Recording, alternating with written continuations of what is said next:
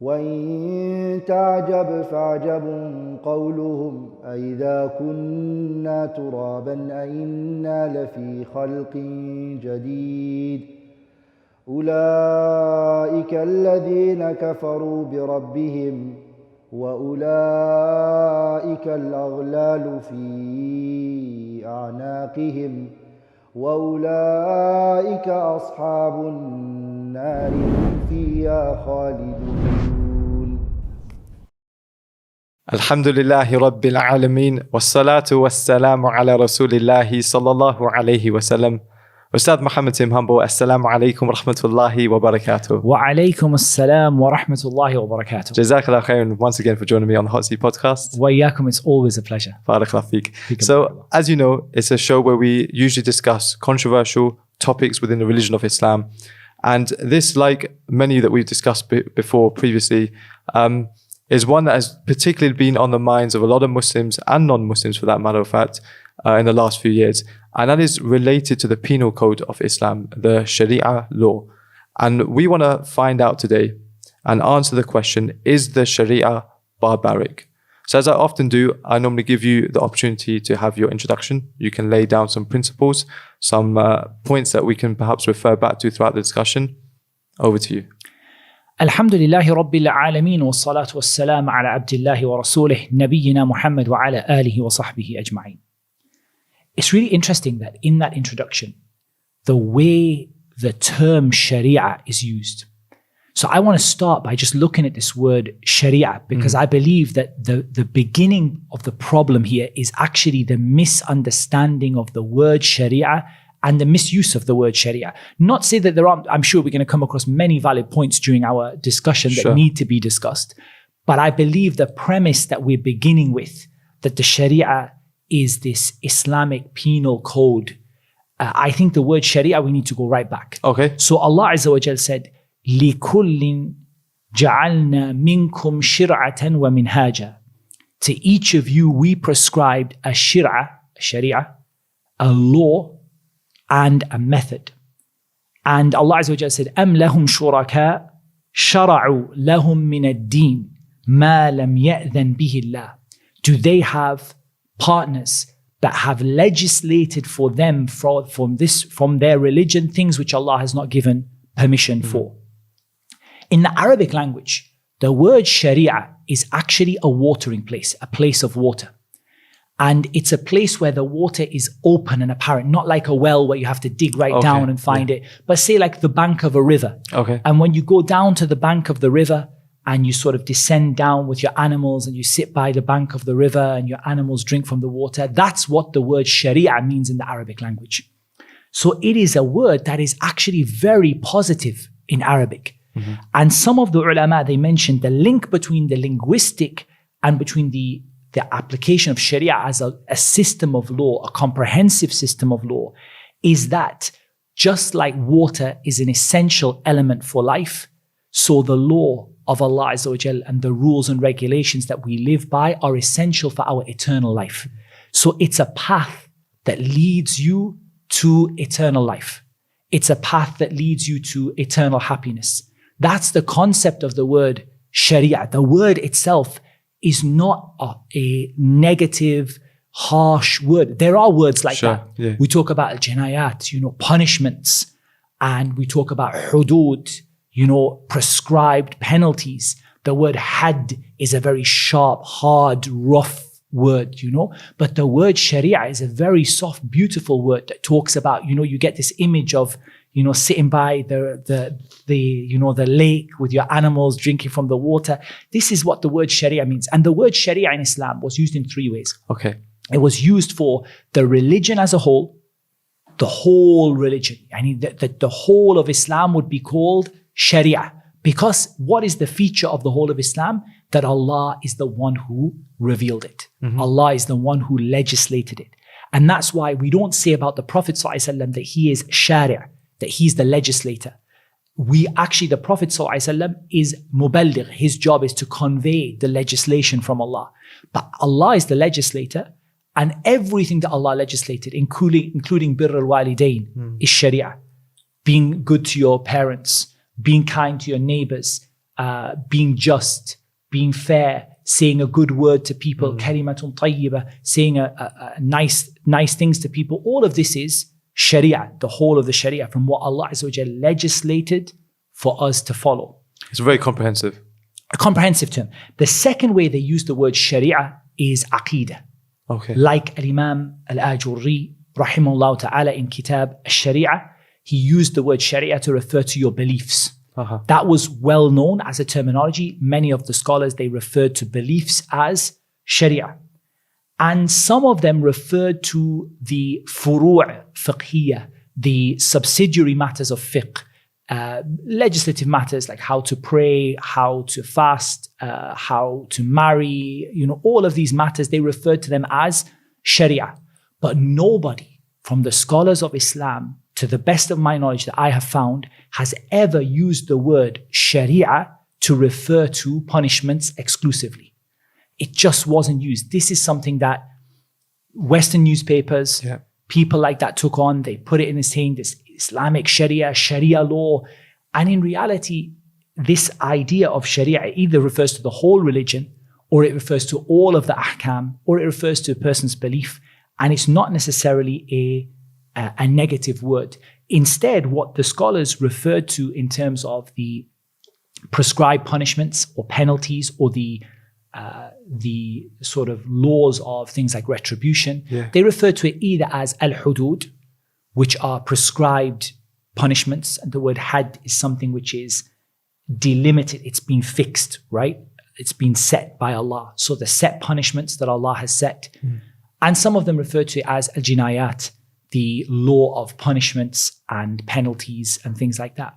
Now, I also want to point out, which a lot of people probably don't realize, is how small the penalties and punishments actually are in terms of the amount of content Islam revealed, ayat, hadith, content within the books of fiqh. Okay, yeah.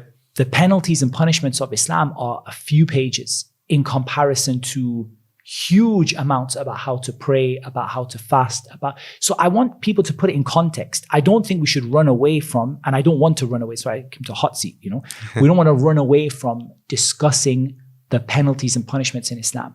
But for someone to take something which is a tiny part of Islam and to make the whole of Islam, and the only thing Muslims do is cut off people's hands and heads, and that is why Islam was sent, then that is a really gross misrepresentation of the religion of Islam and what Islam is about. I also wanted to start by talking about how Allah Azza wa Jal sent the Messenger Muhammad sallallahu alaihi wasallam, as he said, وَمَا أَرْسَلْنَاكَ إِلَّا رَحْمَةً لِلْعَالَمِينَ. We sent you as a mercy for mankind. Islam was not sent to punish people. And that was not the maqasid of Islam. The purpose of Islam was not to punish people. Allah Azza wa Jal, when His punishment comes, like the punishment of Ad and Thamud and Fir'aun and the punishment of the people who came before, that punishment, when it comes, there is nobody getting out.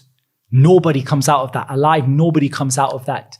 The punishment of Allah Azza wa Jal is severe when it comes. Islam was not sent to punish people. Islam was not sent to torture people. Islam was sent to bring mercy to people. And I think it's really important to look at what Islam generally, from an overview, came with. It came to protect the people's religion. And when we say to protect the people's religion and to preserve Tawheed, the oneness of Allah, to preserve and protect people's religion, to protect people's lives, to protect people's sanity and intellect, to protect people's health and to protect people's wealth and to protect people's honor. That's what Islam came with. And that necessitates that there are punishments. And I think that this idea that we shouldn't punish anyone for anything is a wholly false idea, which leads to a loss of life. It leads to a loss of safety. It leads to a loss of people's religion. And it causes great problems. There have to be disincentives, there have to be punishments. And I think also, when we talk about worldly punishments, you have to also think that the punishment of Allah Azza wa Jal, the worldly punishments, no matter what level they reach, they will not reach the punishment of Allah subhanahu wa ta'ala yawm al-qiyamah. And that is something that all Muslims, we agree upon unanimously, and indeed many, many other religions, Christianity, Judaism, etc., also agree about the severity of the punishment of Allah Azza wa Jal. And the fact that Allah Azza wa Jal, inna batasha rabbika lashadid, the punishment of your Lord is severe. And so whatever happened from the worldly punishments, you have to put that in context of the fact that in the hereafter, the situation will be far worse. So in terms of bringing things that stop people from falling into the greater punishment by giving them disincentives that disincentivize them from going into things that would lead them to that greater punishment is in itself a rahmah. And for example, the statement of Allah Azza wa Jal, وَلَكُمْ فِي الْقِصَاصِ حَيَاتٌ يَا أُولِي الْأَلْبَابِ لَعَلَّكُمْ تَتَّقُونَ. You have in the law of qisas, of retribution, you have life. That's really, it's a really profound statement that we save people's lives through qisas.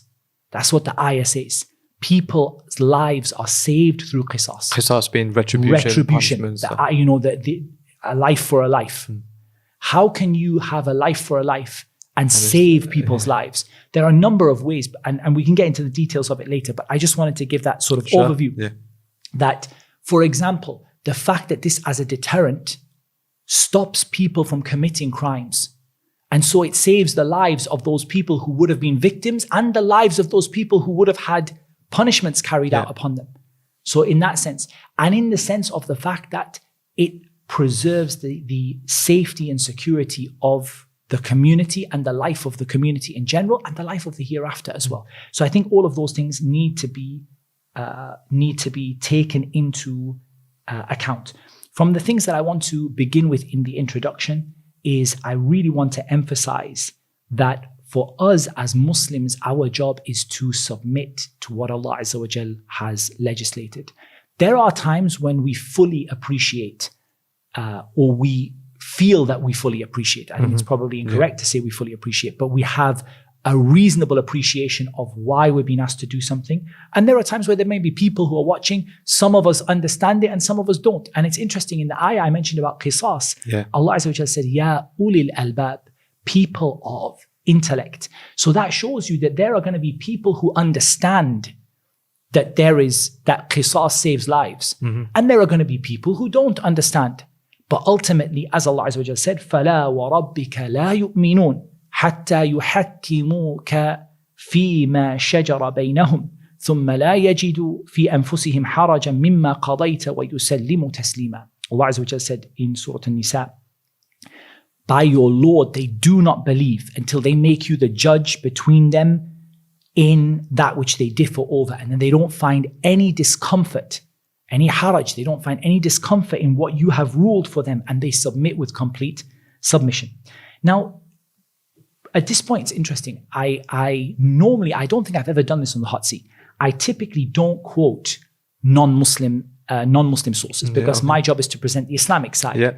But I think in this, there's something that I really wanted to quote to you from non-Muslim sources. I wanted to talk about how non-Muslims typically generally see the concept of punishment.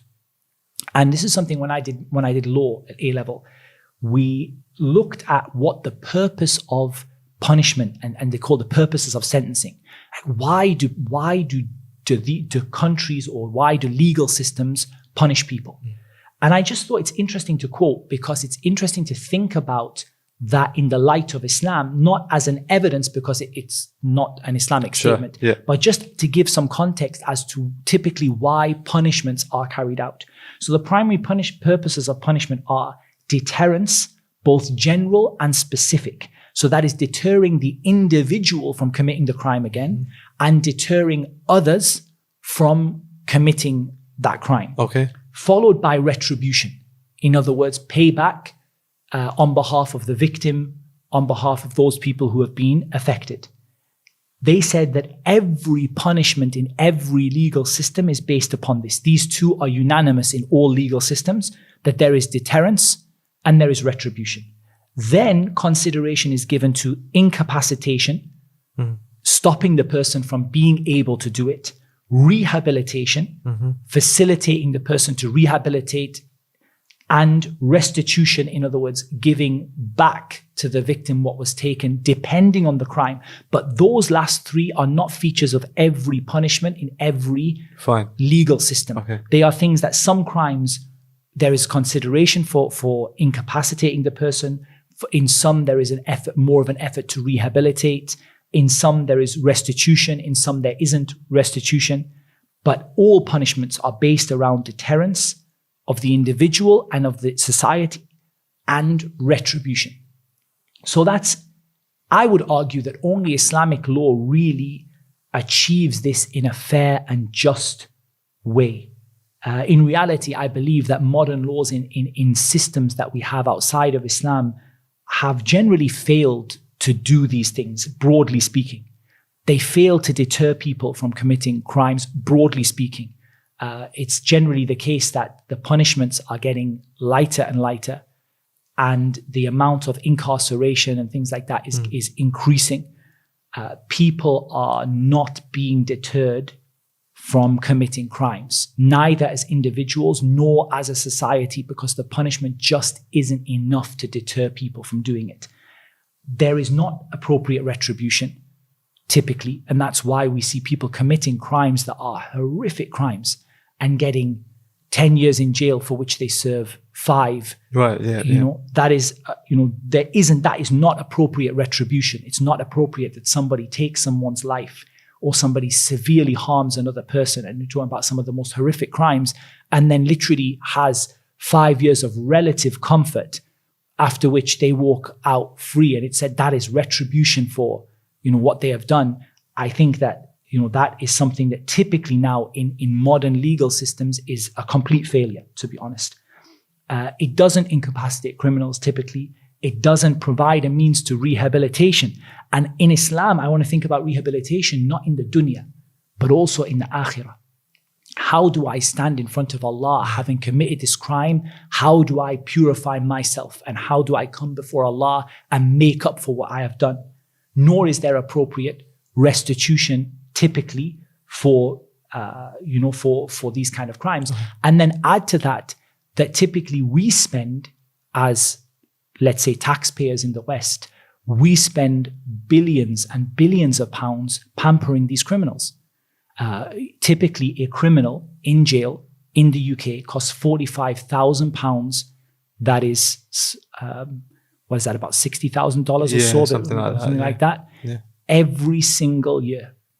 So you have people who have taken the lives of other people, sometimes children, in horrific ways, who have committed crimes that, to be honest, you can't, if it wasn't for the retribution in the hereafter, you would say there is nothing we can do to them in this dunya. Whatever torture you can think of would not be equal to the crime that they did.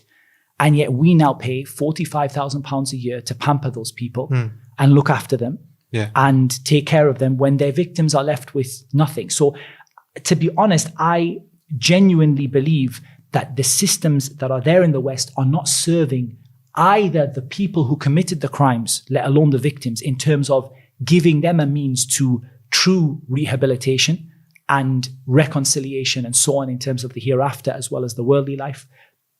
They aren't deterring people from committing crimes. They aren't providing suitable retribution.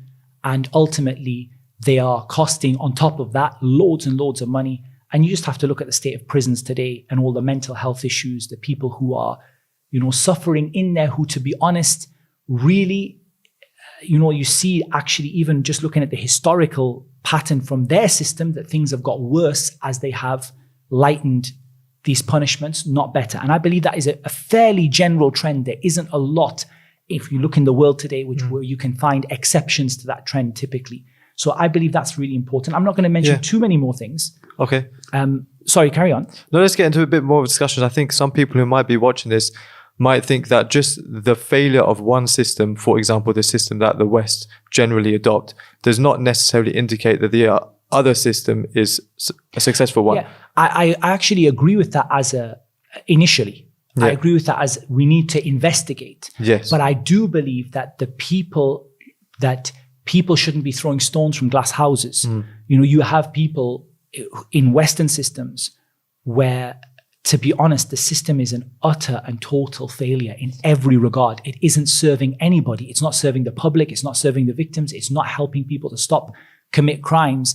And then those people stand in their glass houses throwing stones and saying, your Sharia is but barbaric. those people also say that these are man-made laws. We're going to get there. We're taking our time. We're improving every century, every decade. But your laws are divine from God, from Allah. Exactly. Surely that should be more criticized and looked at. And that's what we're gonna prove, inshallah, in this hot seat episode, that these laws are the ones that are suitable, and that it's actually this law, the divine law, that would actually bring about those objectives that those non-Muslims have quoted, being deterrence, both general and specific, retribution, rehabilitation, both in this world and the hereafter, and restitution and being incapacitated and so on, that those would actually come from the religion of Islam. I would also say, on the issue of our system will get better, I would say that sadly the trend is that the system is not getting better. It's actually getting worse. And there are reasons why that system has got worse over time. And I understand and I believe there are unique features of the Islamic legal system which do not apply in the same way. So, for example, and I don't want to get too much into details, so I have a few introductions, but for example, when it comes to capital punishment, the biggest reason people oppose capital punishment, and I'm not saying this is the only reason, but the reason that comes at the top of the surveys is miscarriage of justice. So if we can prove that Islam puts in a system that is strong enough to prevent miscarriage of justice, that argument no longer stands as being a significant reason to abolish capital punishment. And what you mean by miscarriage of justice? Someone who's falsely accused and then falsely... And ends up losing their life and for something that they didn't do. And that is the usually the number one, in just surveys general, just look at surveys people have said who oppose capital punishment, usually the reason why is not an ideological reason that we shouldn't be taking people's lives, but typically it is, what if there's a miscarriage of justice? So that is something that I believe Islam provides a very strong answer to, which means that the reasoning is not the same. But if you look at the general trend is across the world is generally the lightening of punishments, the lessening of punishments, and sadly an increase in rates of crime. I mean, my grandmother tells me or told me about times when people used to leave the door open in the UK. You used to leave your front door open, and now people have bolt the door 3 times, and the alarms and CCTV cameras and what have you. It hasn't improved. It's actually gotten worse, despite the fact that their legal system and criminal justice system is supposedly improving. So my argument would be your system is improving and your situation is getting worse. Something isn't quite right in that regard. So I just wanted to mention a few points.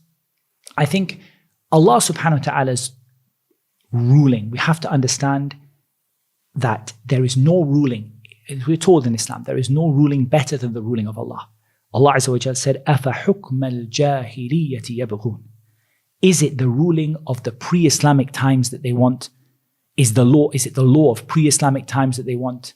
وَمَنْ أَحْسَنُ مِنَ اللَّهِ حُكْمًا لِقَوْمٍ يُوقِنُونَ. Who is better than Allah in ruling, in law, than for a people who have certainty? The Islamic system is a holistic system. I think when you just focus on only the aspect of punishments, you can skew the picture. And I do think it's a valid topic. I'm pleased that you've decided to raise this topic on the hot seat, because it is a valid topic. But also to make that Islam is unfair on the religion of Islam. Islam needs to be seen as a whole, not as one particular focusing on one particular aspect, because that does give you a misunderstanding of the religion of Islam. It doesn't give you the balance of all the things that Islam brings. Islam is a religion for all people, all places, and all times. It is a religion that works everywhere in the world. And a lot of times when people criticize things, they do tend to look with very, very narrow tunnel vision at what they believe to be their specific situation. Right. And I think it's important that people understand that Islamic law is for everyone, everywhere. Including their specific situation. And I think that that is something that people often neglect, to be honest. They often neglect, or they often, for example, if you live in a society that is relatively, shall we say, safe, or relatively, and a relatively advanced society in terms of what people consider to be things like criminal justice and things like that, people tend to look at that and then they tend to sort of make criticisms, which, to be honest, if they were to go, a few hundred miles in any one direction, they would be able to clearly see the wisdom behind some of the things that are said. But the point I was trying to make by saying including their society is that you might have people who, like you said, in their society, it might not match. It might not. No, I do believe it matches. I don't believe it's the case that it doesn't match. I believe it's an issue of hikmah, because we believe there is no one better than Allah in hukm. Mm-hmm. There is no one better than Allah in His law. Yeah. And that law is wise in that country. But sometimes to see the wisdom of that, for example, there are people who make very, they climb on the ivory tower and they make very, very sort of judgmental pronouncements based on a very limited set of life experiences.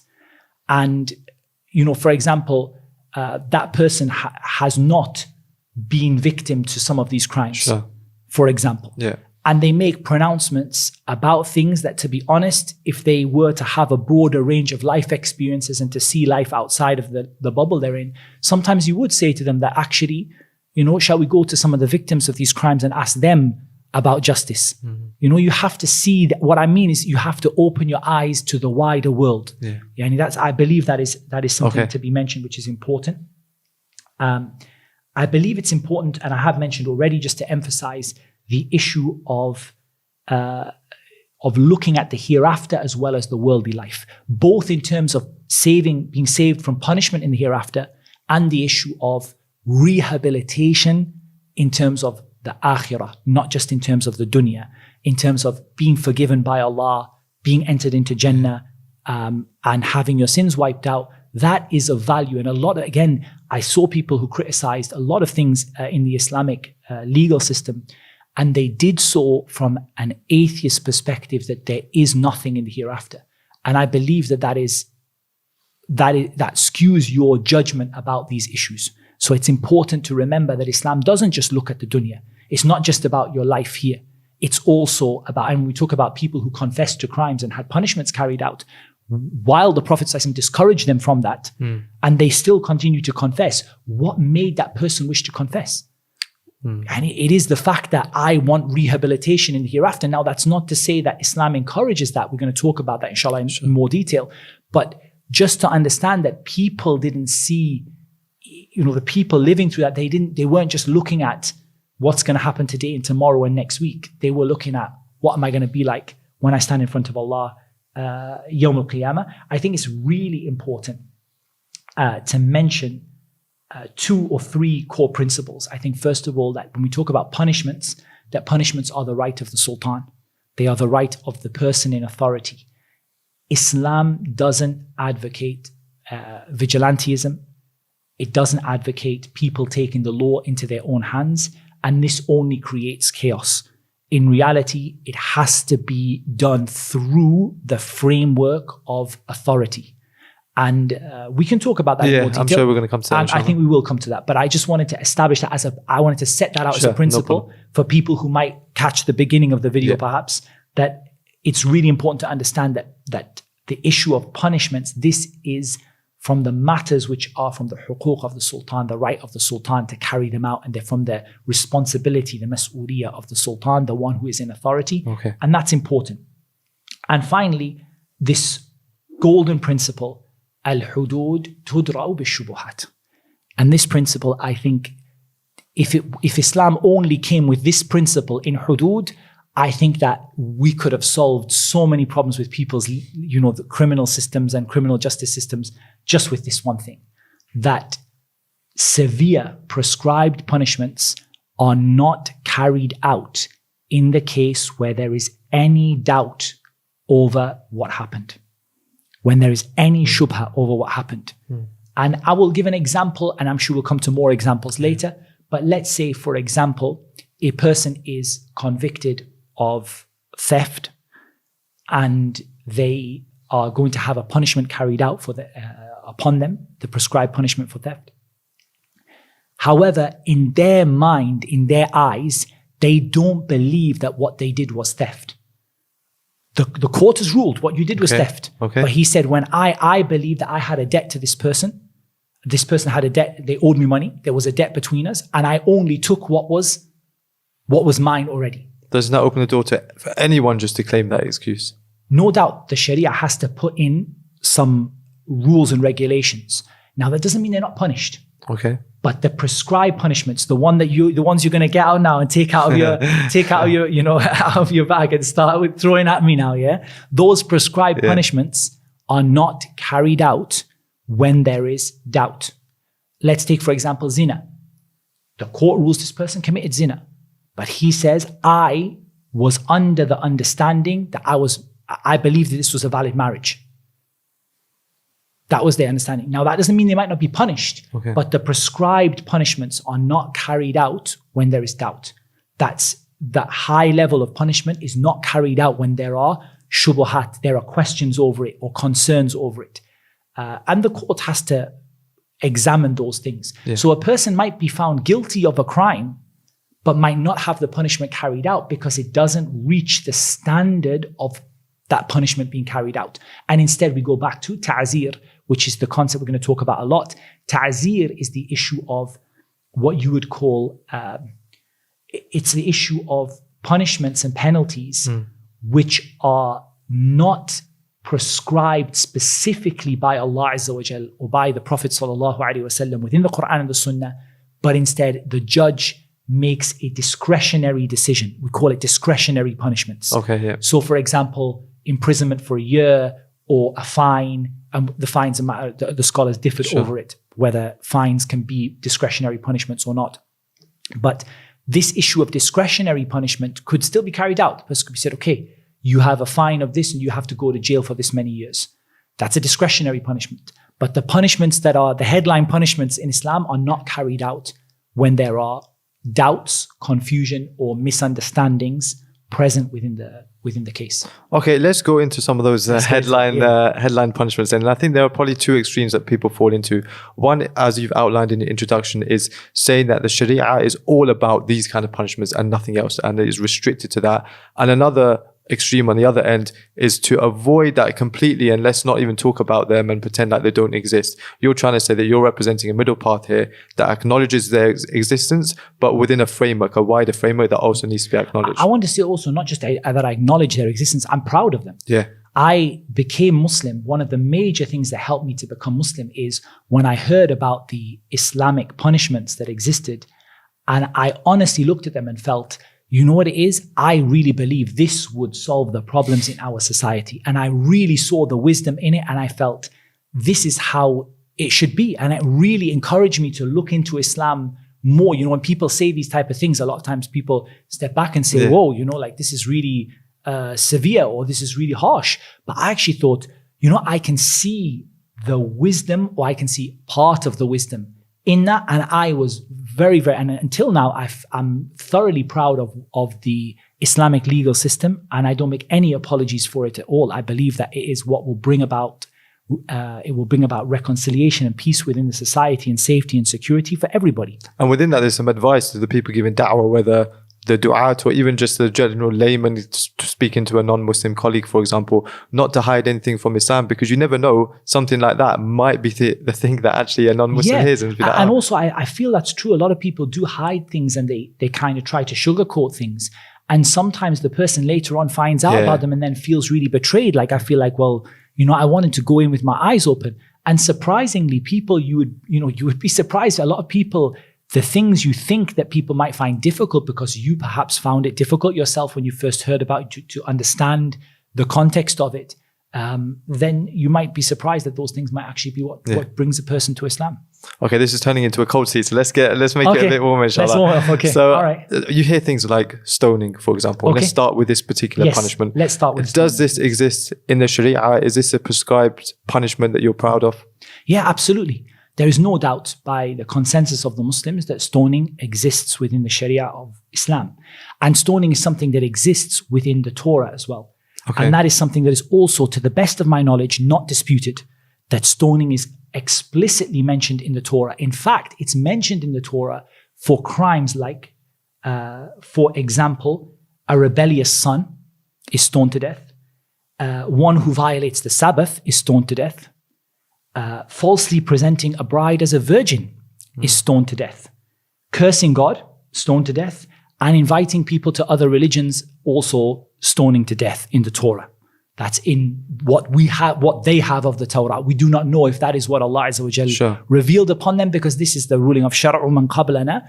We don't have a proof for that one way or the other about whether that is whether that was revealed by Allah Azza wa Jal.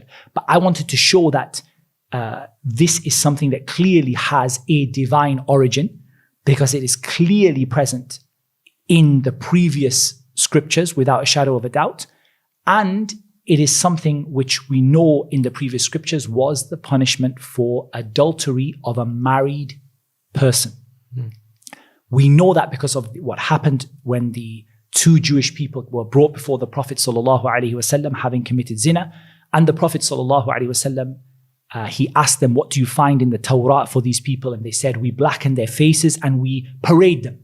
We parade them around the city. So the Prophet ﷺ asked for the Torah to be brought and to be read, and they covered Ayat al-Rajam. They covered the part that talked about stoning to death.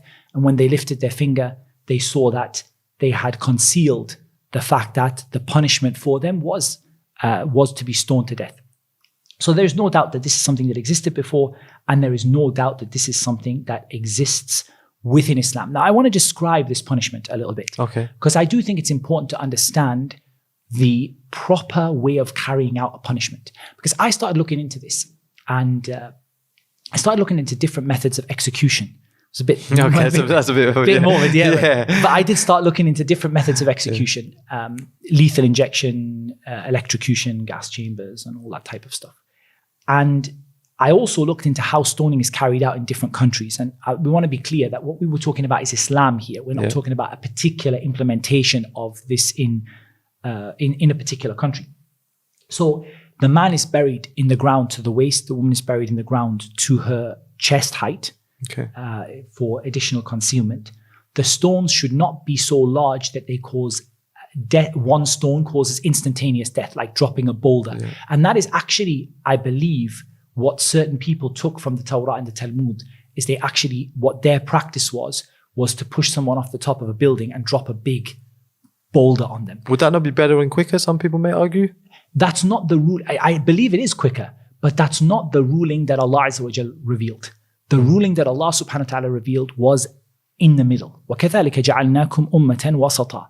Not to use a big boulder that disfigures a person or crushes a person in one go and the person dies, nor to use little stones that prolong their punishment.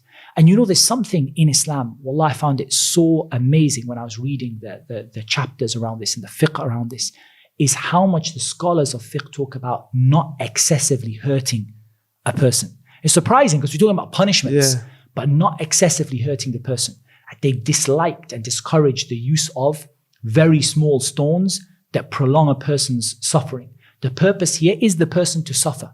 And this is the purpose. But before that, the purpose is to deter people from doing this, right? Okay, yeah. So the purpose here is that, like Ibn al-Qayyim rahimahullah ta'ala said and others, this person has committed a crime which affected their whole body. And the person in that way, the threat of pain, the threat of the pain of this punishment is what will stop a person from a punishment, from a crime which is very easy to fall into, right? It's very desirable. It's all about desires and shahawat, and the person wants to do this, and there's a very strong pull from the shaitan. But thinking about the potential punishment from that, that's a big deterrent in stopping people from doing it. And I want to also, so here we said, neither should it be small stones that cause unnecessary suffering, nor should it be a huge boulder that is dropped upon a person. but it should be something of medium size that will get the matter over quickly, but at the same time will serve as a strong deterrent. And I'm going to show you why stoning for adultery is intended to be a deterrent before everything else, and why it fulfills both deterrence and retribution properly. In terms of deterrence, for a person to be stoned to death, we said that stoning to death is carried out for adultery of a married person who has had intimacy in an Islamically valid way. So as for the young child, like young kid or young, like teenager or whatever, who fell into an error and made a mistake and whatever, this person is not stoned. The one who is stoned is the one who has had a valid marriage, has had intimacy as part of a valid, correct marriage, and then has committed adultery. And that's consistent with the Islamic goals and aims of preserving honor and preserving people's religion and protecting them.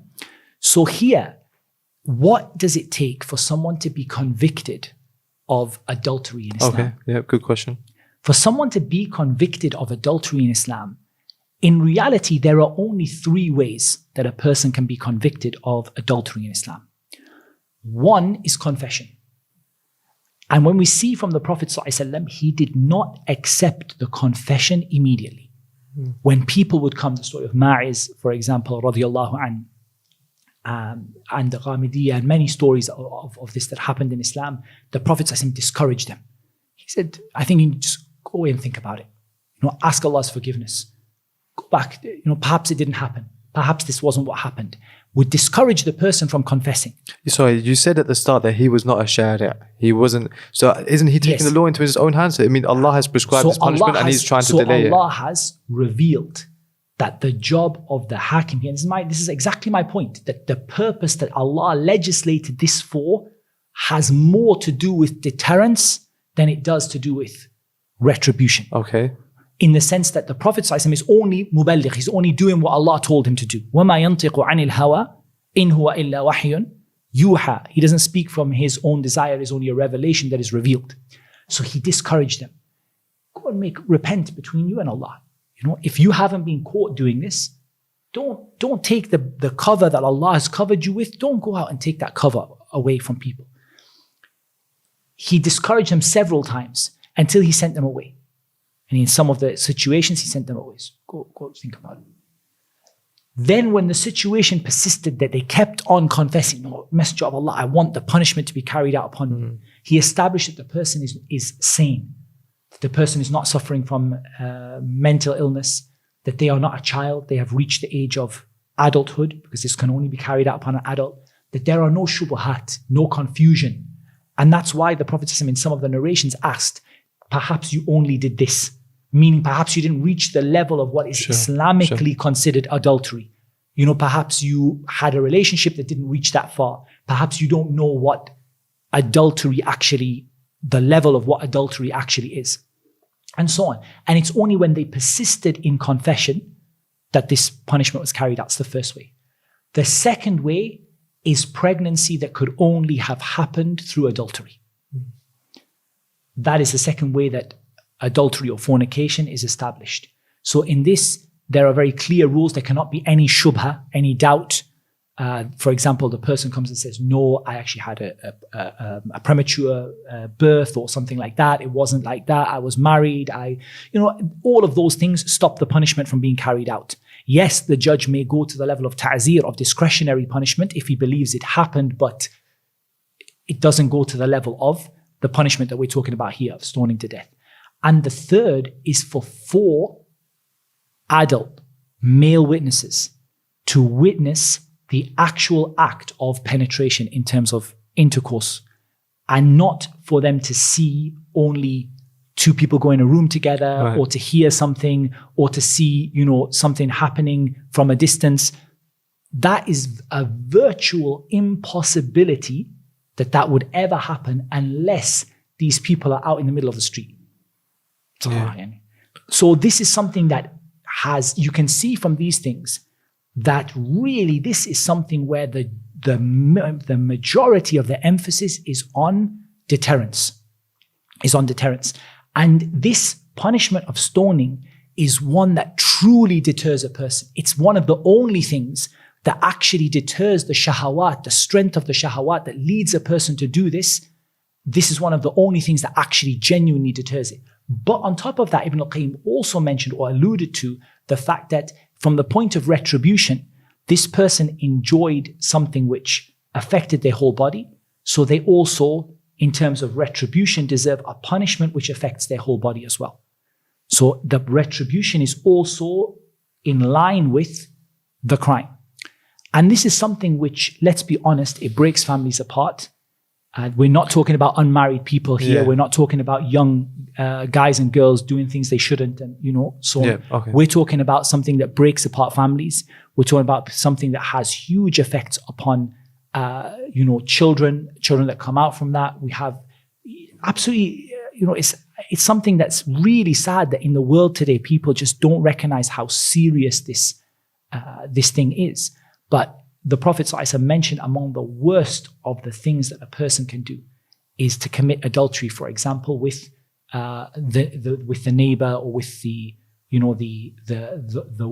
lady who is say, for example, the wife of the neighbor or the daughter of the neighbor, for example.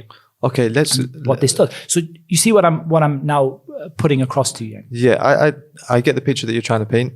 I think it requires some further probing. And obviously, this is the first punishment that we're discussing. So there'll be some introductory questions, for example, with the issue of miscarriage of justice, like you mentioned.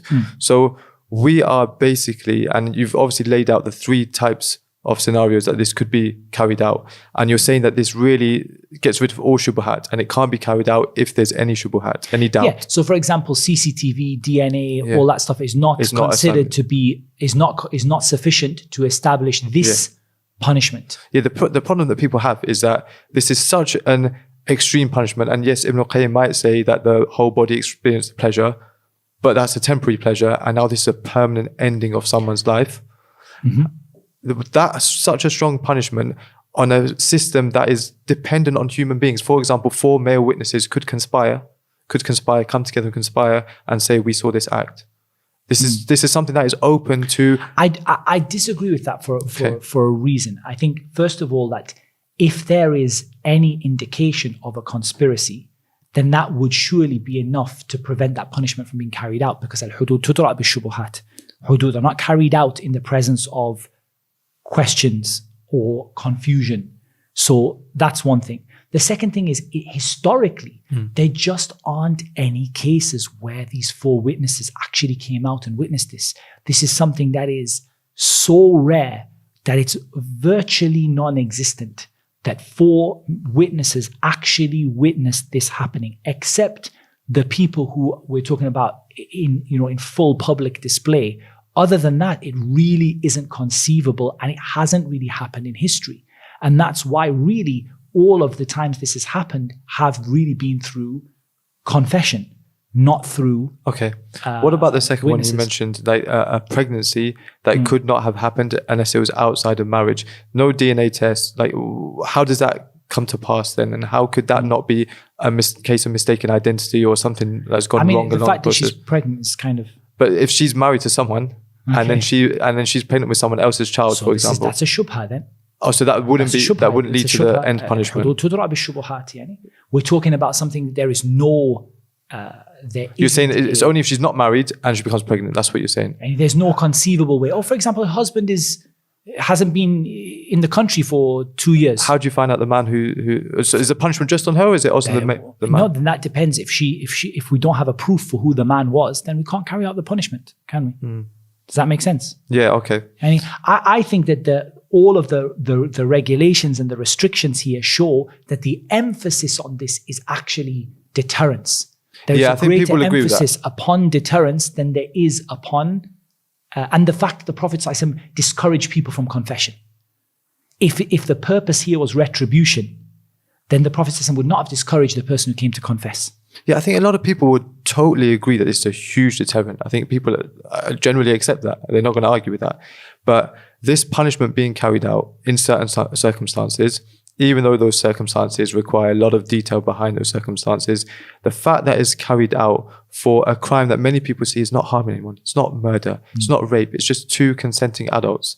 That's a very, very strong punishment for a lot of people to digest. I think this is because of the corruption in society today and the fact that we have lost we have lost a lot of our values about what's wrong.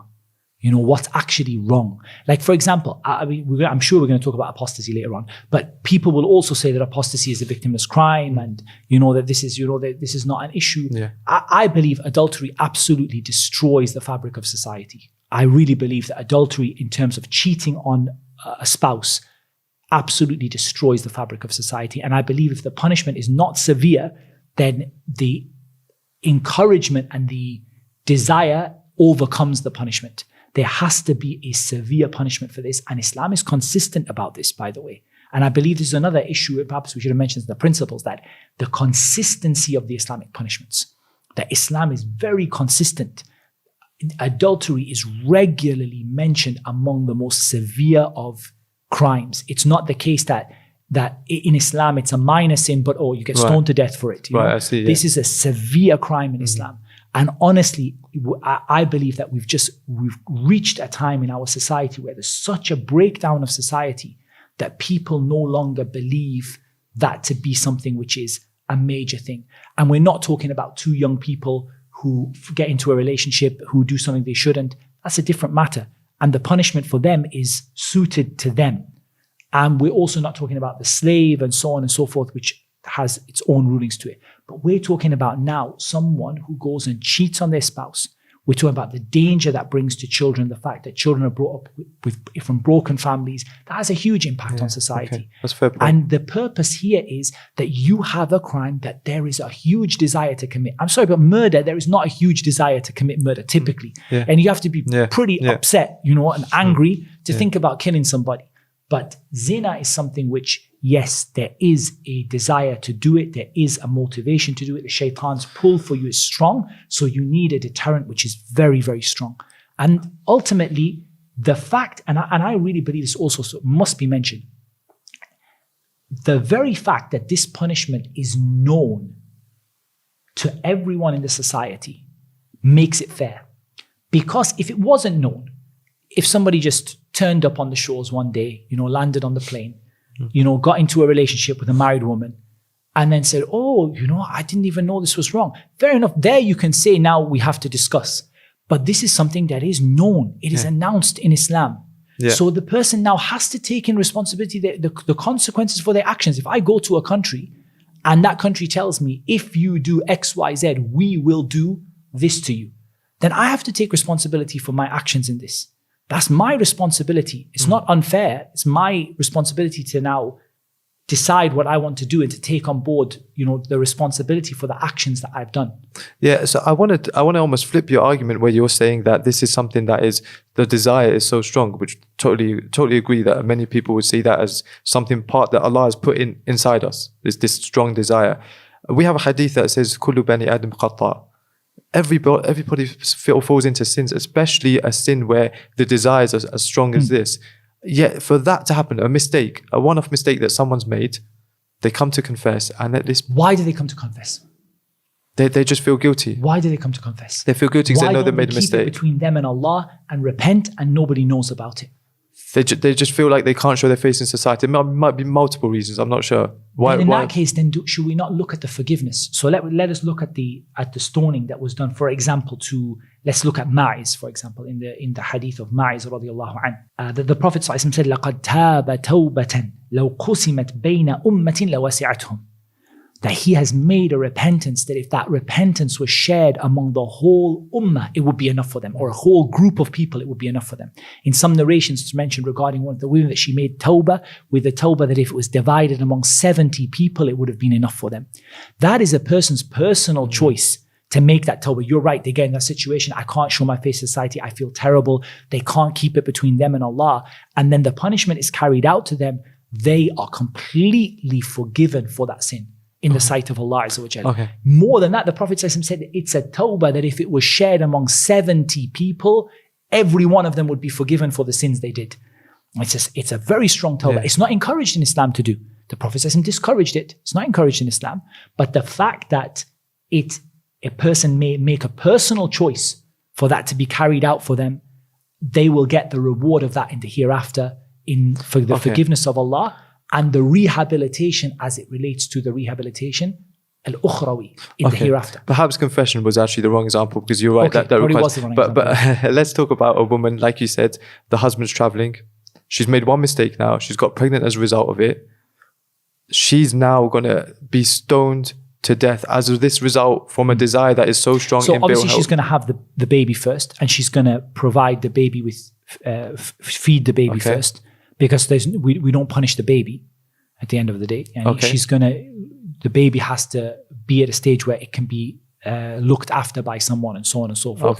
And then she knew this punishment existed ultimately. But she's just fallen into a mistake where the desires are so and strong. And then she'll be forgiven then for what she has done. She'll be forgiven by that. At the end of the day, mistakes are mistakes, but they have consequences. One day somebody falls into a mistake and decides to do something that is an act of disbelief. Yeah.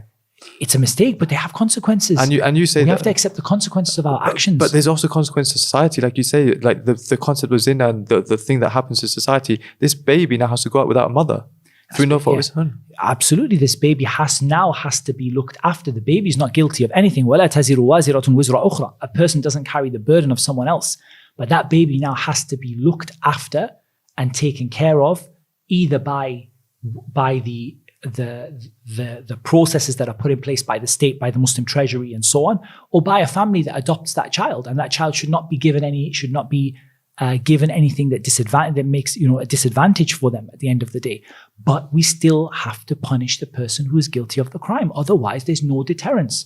Yeah, I think a lot of people would actually feel more comfortable if this was the punishment, for example, for murder and not for zina. Because murder, like you said, is not something that you really inherently want to do. So if you've really gone to that extreme, it's a big punishment for you. But I think some people feel uncomfortable with the concept of two consenting adults. Yeah. So I think we've kind of been around this before. This idea that of, first of all, what zina, and when we talk about two consenting adults, let's be clear that we're talking about the ones who are married here. We're not talking, because the desire for them should be less. They have a permissible alternative for this. They've chosen to betray their spouse. Unless the husband's traveling, like you said. Okay, but they've chosen to betray their spouse. Is that Yeah, that's fair. Yeah. And they have done something which causes a fundamental breakdown in the fabric of society. Mm-hmm. And again, the number of people who've actually been punished for this in Islam is actually very, very small, because it requires either confession, in which case that's a tawbah from the person and they'll be rehabilitated in the akhirah, or it requires a level of proof which really is very unlikely to happen except in the most extreme of cases. Okay. I think that's a balance, and I think that this idea that that people mention that love is not a crime, I actually find that to be an emotional argument that doesn't really look at the reality of what happens. And that's what people say. It's consenting adults, and they say the same thing about homosexuality, and they say the same thing about many other things. That this should not be something that is a crime, but ultimately Allah Azza wa Jal is the one who should decide what is allowed and what is not allowed. And Allah subhanahu wa ta'ala has legislated this. وَلَا تَقْرَبُوا الزِّنَا. Don't come near to zina. إِنَّهُ كَانَ فَاحِشَةً. It's a filthy thing to do. It's an evil thing. It's an evil way to go. And Allah subhanahu wa ta'ala has consistently told us this. And I suppose when you look at the Sharia in the whole, like you said, the importance of doing that, the fact that the free mixing is not allowed, and the niqab and the jilbab, and there's so many steps that prevent it to get into even this stage. Yeah. Okay. Let's look at the punishment itself. You described quite a gruesome picture. I'm going to have to put a disclaimer at the start of this video, I think. Men being bowed to the waist, women being bowed to the chest, being stoned. Are people throwing these stones? People are throwing stones. They're not allowed to curse the person. The Prophet prohibited them from cursing the person. Okay. Some of the scholars said the imam should be the first one to throw the stone, or the qadi should be the first one, because the qadi is the one who made the pronouncement. Some of them said this. Okay. Did any of the scholars say like how long this might take? Like, is it half an hour, an hour? I looked into this. Yeah. So I have some statistics on this in terms of methods of the death penalty. So definitely beheading I know it's going to be a bit gruesome, right? Yeah, So, okay. I'm sure you had an interesting evening the other night when you looked into it. Yeah, I mean, if anyone looks at my Google history, it's all like beheading, stoning to death, lethal injection. So beheading, typically, if it's done mercifully and properly with a sharp sword, should take around about 2 seconds before the person loses consciousness, and around about 8 to 10 seconds before the person is clinically dead. Okay. In terms of electric shocks, typically the electric chair now is considered it was only used in the States and one other country, I believe. And it is in many places now considered to be cruel and unusual punishment. There have been people who have taken over half an hour to die because of botched, not having it set up properly, and things like that. But normal circumstances? Normal circumstances, it's supposed to be quite quick, the issue of electrocution.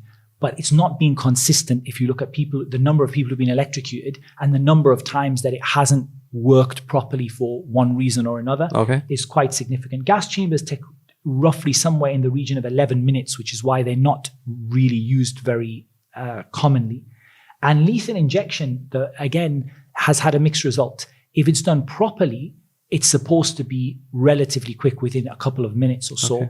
But it's not unheard of to take between 30 to 45 minutes for a person to die from a lethal injection, particularly the feeling that they may be paralyzed and in pain for that period of time. Short hanging was another one. Short hanging, 10 to 20 minutes of choking to death. And long hanging is actually the closest one to beheading, which is where they measure the length of the rope. And that one should be, again, if it's done properly and measured correctly, it should be instantaneous. In terms of stoning to death, I couldn't find a specific amount of time. However, it takes a very long time if the stones are very small, and it is relatively instantaneous if the stone is huge. Really? If it's massive, huge, But the it causes instant unconsciousness. Yeah. So a one that doesn't cause instant unconsciousness, it shouldn't be, and the ulama of fiqh mentioned this, it shouldn't be a prolonged suffering. That's not the purpose of it. It should be something which is not prolonged. I have seen reports of it taking several minutes, but those reports were, as far as we can see, in countries where it's not properly regulated, and it wasn't, for example, people throwing like small stones and things like that. So it shouldn't be something, and this is something in all of the punishments, the scholars mention, that the purpose of the punishment is to punish. It's a punishment, but it's not to cause unnecessary suffering beyond the punishment that is described in the Quran. And it's not to cause someone to be, punished for this huge length of time. Yeah. So just like you want to look at the hudud within the context of the Sharia, this particular punishment, the context of the time, 7th century Arabia, no electrocution obviously at that time. Why can't we update these punishments to make it quicker? Like you said, Islam and the Sharia is a mercy to mankind. The Prophet But there were punishments that were quicker. Beheading is the quickest one of all of them. Yeah. I mean, beheading is the quickest and the most merciful of all of the punishments. 2 seconds for unconsciousness. With a sharp sword, and the person is immobilized, and a single blow, you're talking about 2 seconds. It's the quickest of all of them. It's quicker than lethal injection. It's quicker than electrocution. It's quicker than everything. However, the Sharia specifically legislated this punishment, even though beheading was available to them. Yes, electrocution wasn't available to them. Lethal injection wasn't available to them, but beheading was available to them. And that was not chosen in this instance. And that appears to be for the reasons that I presented. And Allah knows best. Yeah, sure. I don't have a nas to bring to you that is the specific reason. But you do have to ask why it is that this punishment is carried out in that way, with the availability of a punishment. It's a valid point. Which is much quicker. Yeah. And there has to be a hikmah and a reason for that. Okay. Are people watching this? Other people, like from society? Yeah, that Allah subhanahu wa ta'ala commanded for there to be witnesses to this punishment. And the purpose of the witnesses is, there are multiple purposes behind having witnesses. The first is that the deterrence spreads among the society. Yeah, that's the first one. Okay. That people, when it's not witnessed, there's no deterrence in it. Yeah. You know, and Fair. ultimately a huge amount of what that person is going through is in order to deter other people from doing the same. The whole point is, if one person goes through this, the hope is that 100 other people won't. You know, those 100 other people who are on the edge of that will not go through that now. But that has to be witnessed. That has to be known. That's the first thing. The second thing is to make sure that the punishment is actually carried out, to ensure that this is being carried out and to witness that this is being carried out properly. And the third thing is that this is a matter of the religion. And it's a matter of establishing something which is from the symbolic acts within the religion, from the things which the religion is known by. The religion has punishments that are carried out. And so the witness of them is not a bad thing. It's not something which is considered to be done on the side behind closed doors. Rather, it's something that is a part of our religion, and it's a tawbah for that person. Ultimately, that person will be washed and shrouded and buried and prayed over as would any other Muslim that died. It doesn't take them out of Islam. In fact, it's what brings them forgiveness and rehabilitation in the hereafter. So in the hereafter, just from an Islamic perspective, then the person who doesn't confess but who's caught of this crime, that process of stoning actually expiates their entire sin. Absolutely. Their sin is expiated completely. The Prophet said, لَقَدْ تَابَ تَوْبَةً.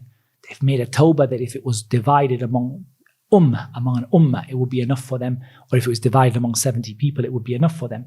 As for the one who dies without that, then that person is in the or under the mashi'ah of Allah Azza wa Jal. If Allah Azza wa Jal wills, He will forgive them. And if Allah Azza wa Jal wills, He will punish them.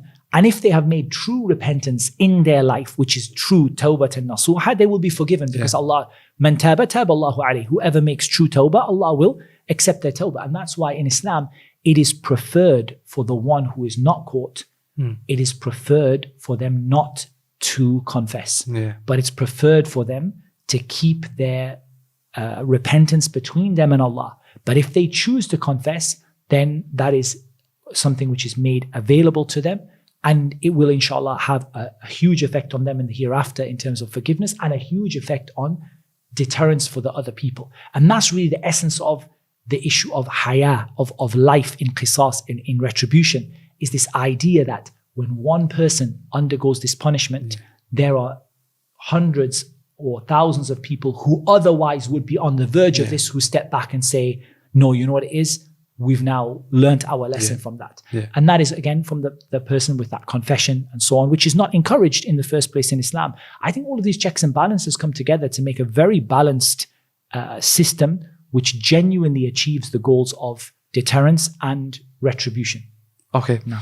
Last question on this issue of adultery then, just before we move on to some of the other punishments or some of the other crimes. Someone might say that appreciated that in Islam or Islamic history that this hasn't been carried out very often.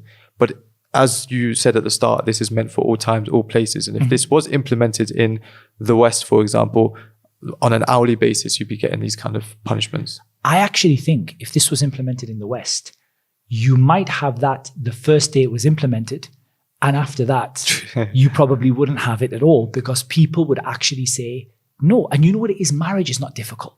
Wallah, marriage is not difficult. Even if you're not happy with the person you're married to, both men and women have a recourse to leave the marriage. They have talaq, khula', fasq, a way of getting out of the marriage. All Islam asks you to do is to, if you're not happy in the marriage you're in, dissolve that marriage through one of the permitted means, wait your appropriate length of time that you're required to wait, if you have a length of time you're required to wait, and then marry the person that you want to marry. Islam doesn't make marriage difficult. You know, I think a lot of this as well, maybe it comes from the certainly Catholic and other Christian sort of practices where divorce is impossible, where people typically commit adultery because they cannot physically get divorced or get remarried. Islam did not make it difficult to divorce or difficult to remarry. So there is really no excuse for that level of betrayal and that level of damage to the fabric of the society and the children and the wider family, and the loss of the nasab, the loss of lineage and the loss of people's honor. There really is no excuse for that when Islam made marriage so easy. So people will see, okay, it's easy for them to get married, it's easy for people to get out of a marriage that they are unhappy in. And that should be sufficient for a person without needing to go into the haram. And I also believe there's one further point that's really important about, and I think this will benefit us in all of the topics, which is that it's so important that you don't spread the practice to others. It's not just that one person. So you might say, okay, let's just take the argument that it's, two people in love and, love is not a crime and all that type of rubbish. Yeah. That is fine in one person. But what happens when that becomes a culture? Look now in the West. Hasn't it become now a culture? Everybody cheats on everyone. And it's become like cheating is normal and all these kids being grown up without proper, stable parenting and all these kind of problems that brings out in the society. And really it's become something that spreads among people. So one of the purposes of the hudud is also to stop this spread of, and this is something we'll talk about inshallah when we come to apostasy as well, this issue of spreading this problem to large numbers of people in the society versus it being something that a rarity that somebody falls into. Right. Okay, on the issue of stoning then, just before we move on, is there any other crimes in Islam where stoning is the prescribed punishment other than adultery? This is something which there is a difference of opinion about. For example, the issue of homosexuality. Homosexuality is forbidden in Islam. It's considered to be a subset of adultery in reality. So as a subset of adultery, because you can't be legally married, you can't marry someone of the same gender. Islamically, you can't marry someone of the same gender. So that's consistent. Yeah. Again, I think sometimes when Islam gets a hard time over this kind of thing, it's actually quite unfair because, to be honest, Islamic rules are very, very consistent. Some of the scholars considered it to be a separate punishment, a separate category, that it has its own system of punishment. And others considered it to be a subset of adultery. And as a subset of adultery, it comes under the same ruling. Other than that, I don't recall of something at the moment. I mean, if you have something, you can bring it, inshallah. I do think we should talk, though, what about the people who are unmarried? What is their punishment? So the punishment for them is considerably lighter. The punishment for them is 100 lashes and to be what they call taghrib, to be expelled from their place of living for a year. Some of the scholars said that in terms of expelling someone to a different city, that imprisonment, that's effectively imprisonment, or that is equal to imprisonment. But the 100 lashes, I want to also describe how the lashes, I'm sorry, I really want to describe how the lashes take place. Okay. So the first thing is that the lashing should not be strong enough to cause severe damage. It should not be weak enough that it doesn't hurt. It shouldn't cause any broken bones, and it shouldn't cause any blood to pour out from the person. And the health and the age of the person being lashed should be taken into account. So an old person who's infirm, who's very weak, shouldn't, especially if they believe that the lashing is going to cause them severe health issues after that, it can't be done. It has to go to a different kind of punishment.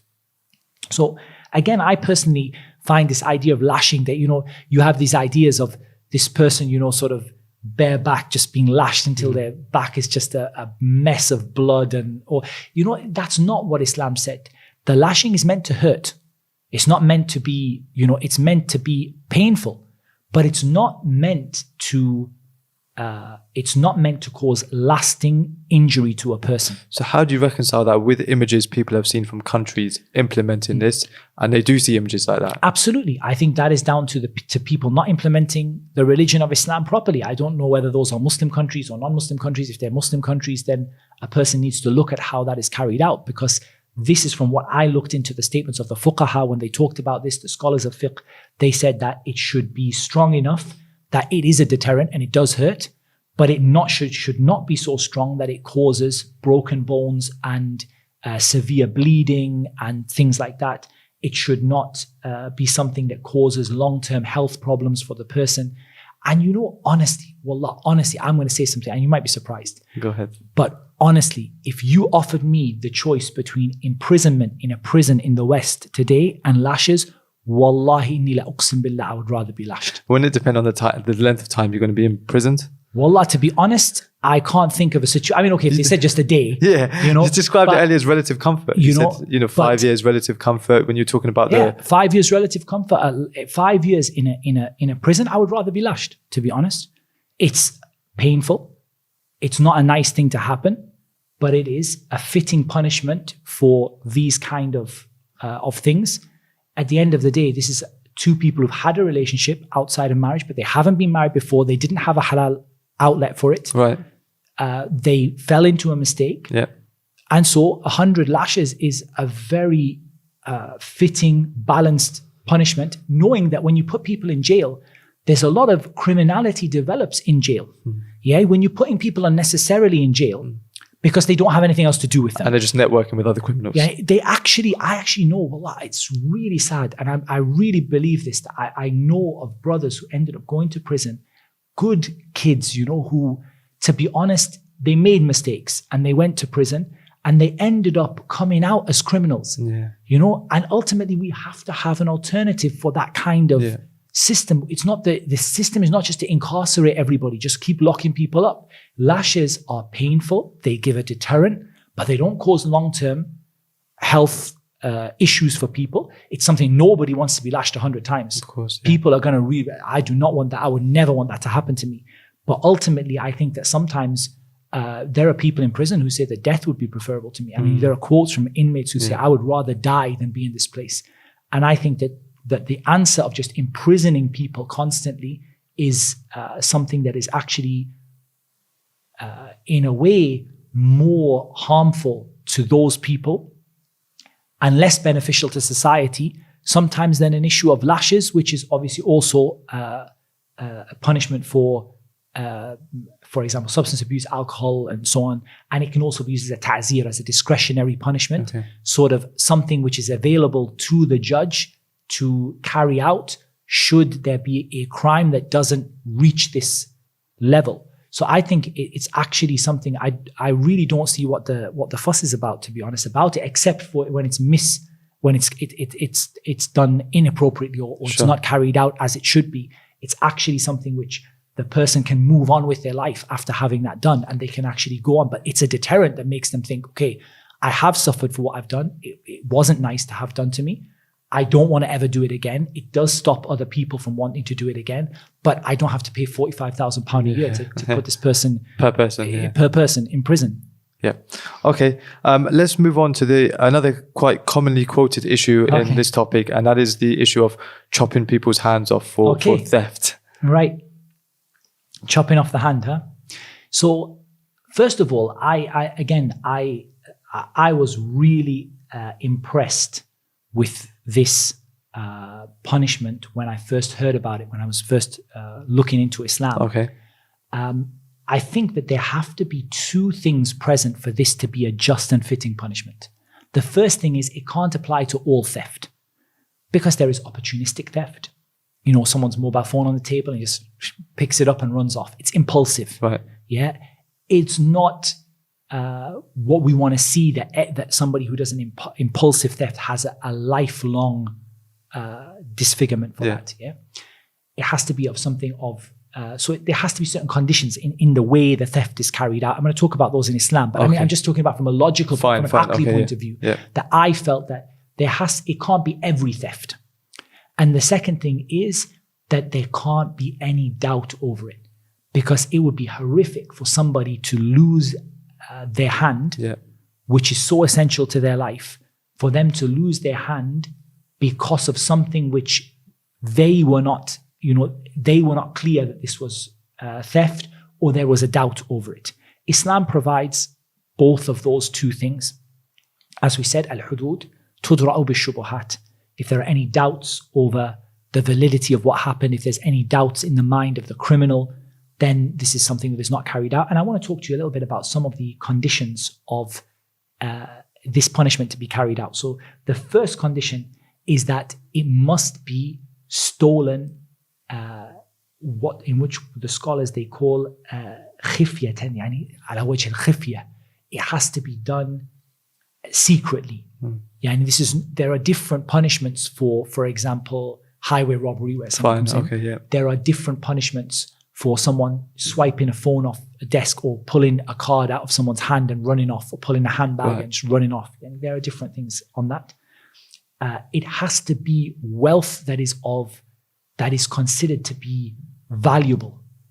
That is considered to be valuable. It has to reach a certain monetary value. Okay. The monetary value is a quarter of a dinar, which or the equivalent currency value. So it has to have a particular value. Now, some people mention in this, what about the hadith about the one who steals an egg? فَتُقْطَعُ يَدُهُ. So they lose their hand for it. The meaning is not that they lose their hand for stealing an egg, but the meaning is that their theft, petty theft, leads them to serious crime and ultimately leads to this to be carried out. It's a condition that it should be taken from its hirz, from a place of security. So it's a premeditated theft that is taken from a place of security, not just, like, I left my laptop on the table in the coffee shop and I came back and it's not there anymore. Sure. And it's somewhere, for example, it's in a safe at home, or it's in its proper place, it's in the cupboard, it's put away. It has to be a theft that is taken from a place of, its proper place, its proper where it belongs, not something that was left accidentally somewhere and taken again. And it has to be proven beyond any doubt. If there are any doubt, then the judge can apply discretionary punishment, but the chopping of the hand cannot be done when there is a doubt or a shubha around it. And finally, it has to be the case that the one who was stolen from actually reports the crime and wants there to be a retribution for this crime, and not the case that they say, okay, they can choose to forgive. Let it go. And they can say, I don't, they can say that I don't want this wealth. I'm not worried. It was taken from me and I'm not bothered about it. That's one thing. And also, if there are mitigating factors, mitigating circumstances, they call it in legal terminology. Something like, for example, there is a famine, there is a problem and people are desperate for food and somebody, stole something like that, then this again is not a state of the had is not carried out here as in the prescribed punishment. There may be ta'zir, there may be discretionary punishments, minor punishments, but the major punishments are not carried out. So really, we're talking about serious, premeditated, deliberate theft. And again, this is something, now I actually want just to reflect upon what's happening in a lot of countries now where theft is not being investigated. It's not being taken seriously. And it's got to the point, even in the UK, right, time we're making this video, where burglaries, people break into people's houses, stealing their life possessions, leaving them feeling, to be honest, violated. I mean, someone's come into your house and broken into your house and stolen things. And it's got to the point where in many cases, the police say, well, just fill in the insurance form, that's all we can do for you. And there needs to be a deterrence. There is just no deterrent for this. In current legal systems, people are just stealing with impunity. And this is a premeditated, deliberate theft of serious things of significant value. And I think that needs to have a deterrence. And I think losing your hand is a pretty fitting deterrent for that. It's very appropriate because the person is losing exactly what they used to steal with. Especially with those conditions. And I think that's something that's coming through in this discussion, that all of these issues, they have a number of conditions that many people might not be aware of. It's a nuanced discussion. It's not just like, I saw him do it, chop of his hand. You've lived in Muslim countries before, a couple of different Muslim countries. Regardless of whether they're implementing this correctly or not, have you seen the issue of theft, for example, like you said, in the UK, is so common, so downplayed. Is it different in the Muslim countries? Yeah, I think it is different. And I think the more the countries implement this, the less you have in the way of theft. Because theft, really the motivation for theft typically is greed, right? Usually. There are cases like mitigating circumstances where it's extreme poverty and things like that. But those would not be typically situations where you would look at the person to lose their hand. Yeah. You're talking about theft, which is primarily motivated by greed. And it really is to see this, societies where this is clamped down on. To be honest, I really felt very strongly about. I actually felt more strongly about this when I was looking into it than I did about, for example, punishments for adultery and apostasy. I recognize the wisdom in all of those. Those are from Allah, and Allah's ruling is the best of rulings. But I really felt this one was one that really resonated with me, because it's a really horrible thing to have something stolen from you like that in a premeditated, deliberate way. And I think that it needs a deterrent. And the purpose, Islam does not want people walking around on the street without hands. That's not the purpose of the rule, but you have to have something that genuinely stops people from stealing. And right now you have such a breakdown of the law that burglaries are not even being investigated. People are committing crimes all over. People are coming in gangs just to steal things, and they know that there's no real consequences to what they're going to do. And I think that the whole thing here is that the greater emphasis in Islam is deterrence over retribution. Although retribution is also fair. Again, if you've stolen something and you've taken it from someone in that private place, and you've in a premeditated way, you've broken in and you've taken it out of its private place, and it's something of value, and you've really caused that hurt to the person, what's a fitting retribution? What should you lose? And should you lose your tongue? And you should lose, sorry, but you should lose your hand. That's a fitting retribution for that. And again, we come back to this golden rule, that this is applied more in theft than probably in anything. Because there are shubuhat about it. I thought it was mine. I thought this person owed it to me. I had an agreement with them. There are a lot of shubuhat around theft. So those shubuhat don't cause this to be carried out. I think just to go back to the discussion on the difference between some of the Western countries and Muslim countries, I think it's often the case that, certainly for myself, I can only speak from my personal experience. When I was living in the UK, I generally felt like it was like this all over the world. I didn't realize it was any different. And then you hear stories of Muslim countries, and you mentioned that when we were talking about in the introduction, that the punishment system in the West and how it's failed. And one of the proofs for that is that people actually used to leave their front doors open, for example. Even in 2021, I know of stories of people in Muslim countries leaving jewelry shops with gold, just open, go for the prayer, come back, the doors open, and because of this deterrent, and it just wouldn't happen. And I think that's something that many people living in the West, they don't realize, and they haven't heard these kind of stories. And I think it's profound when if you think about that, and you think about, with so much emphasis on looking after these criminals, well, it's so unfair what we do to these poor, robbers and thieves, and it's so unfair what we do to them.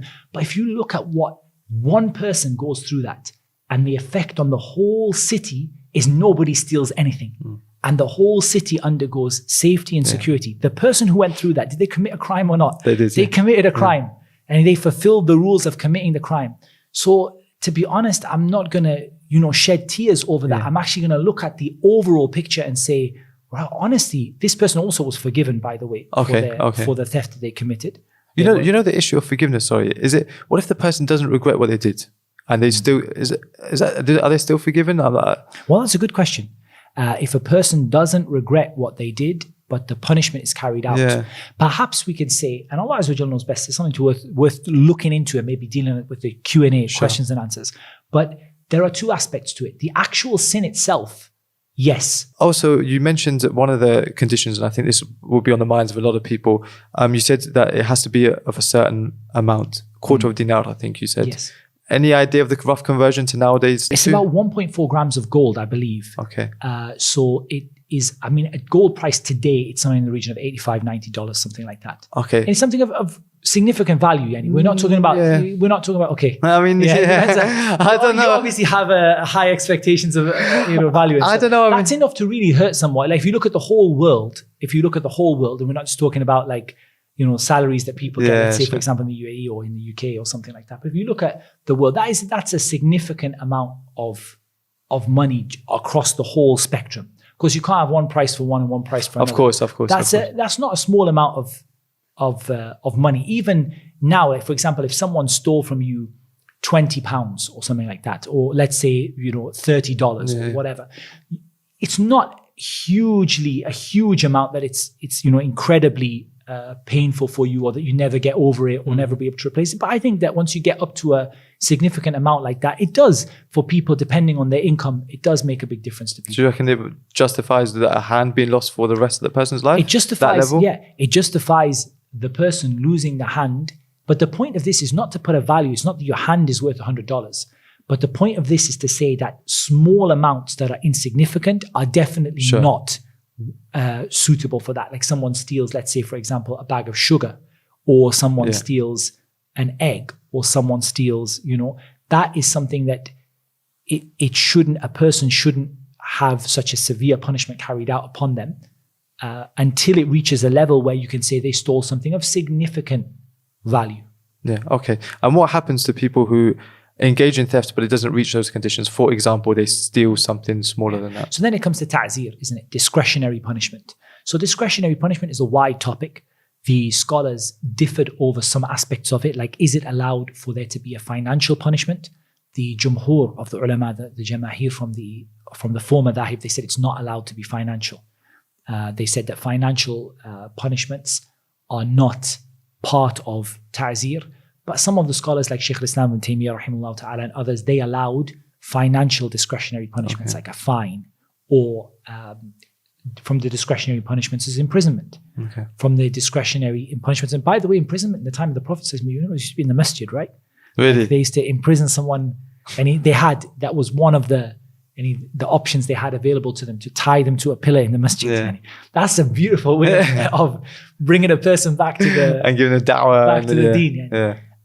And also the likes of lashes, but less than. And many of the scholars, they put a limit. They said it can't reach the had. It can't reach the same as a had, like 50 or 100. It has to be it has to be a number that is less than that. Okay. Some of them put this condition. So a discretionary punishment, the judge has to look at the situation and what is needed to bring about deterrence, rehabilitation, retribution, incapacitation, and so on, in context of what happened. So that's why you have this discretionary level, which, again, the scholars differed. Is that discretionary punishment allowed to reach such a severe level as a had?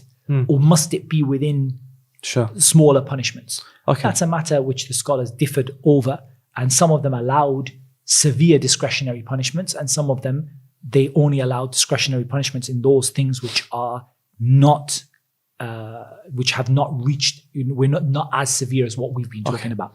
Okay, well, you've talked a lot about deterrence. We've talked about retribution, rehabilitation. So we've covered 2 punishments so far: stoning to death, rehabilitation in the dunya, non-existent. Absolutely, 100%. Okay. Capital punishment, there is no rehabilitation in the dunya.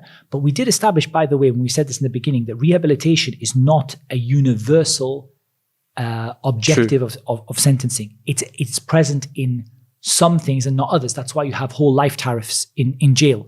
There's no we're not looking to rehabilitate this person at all.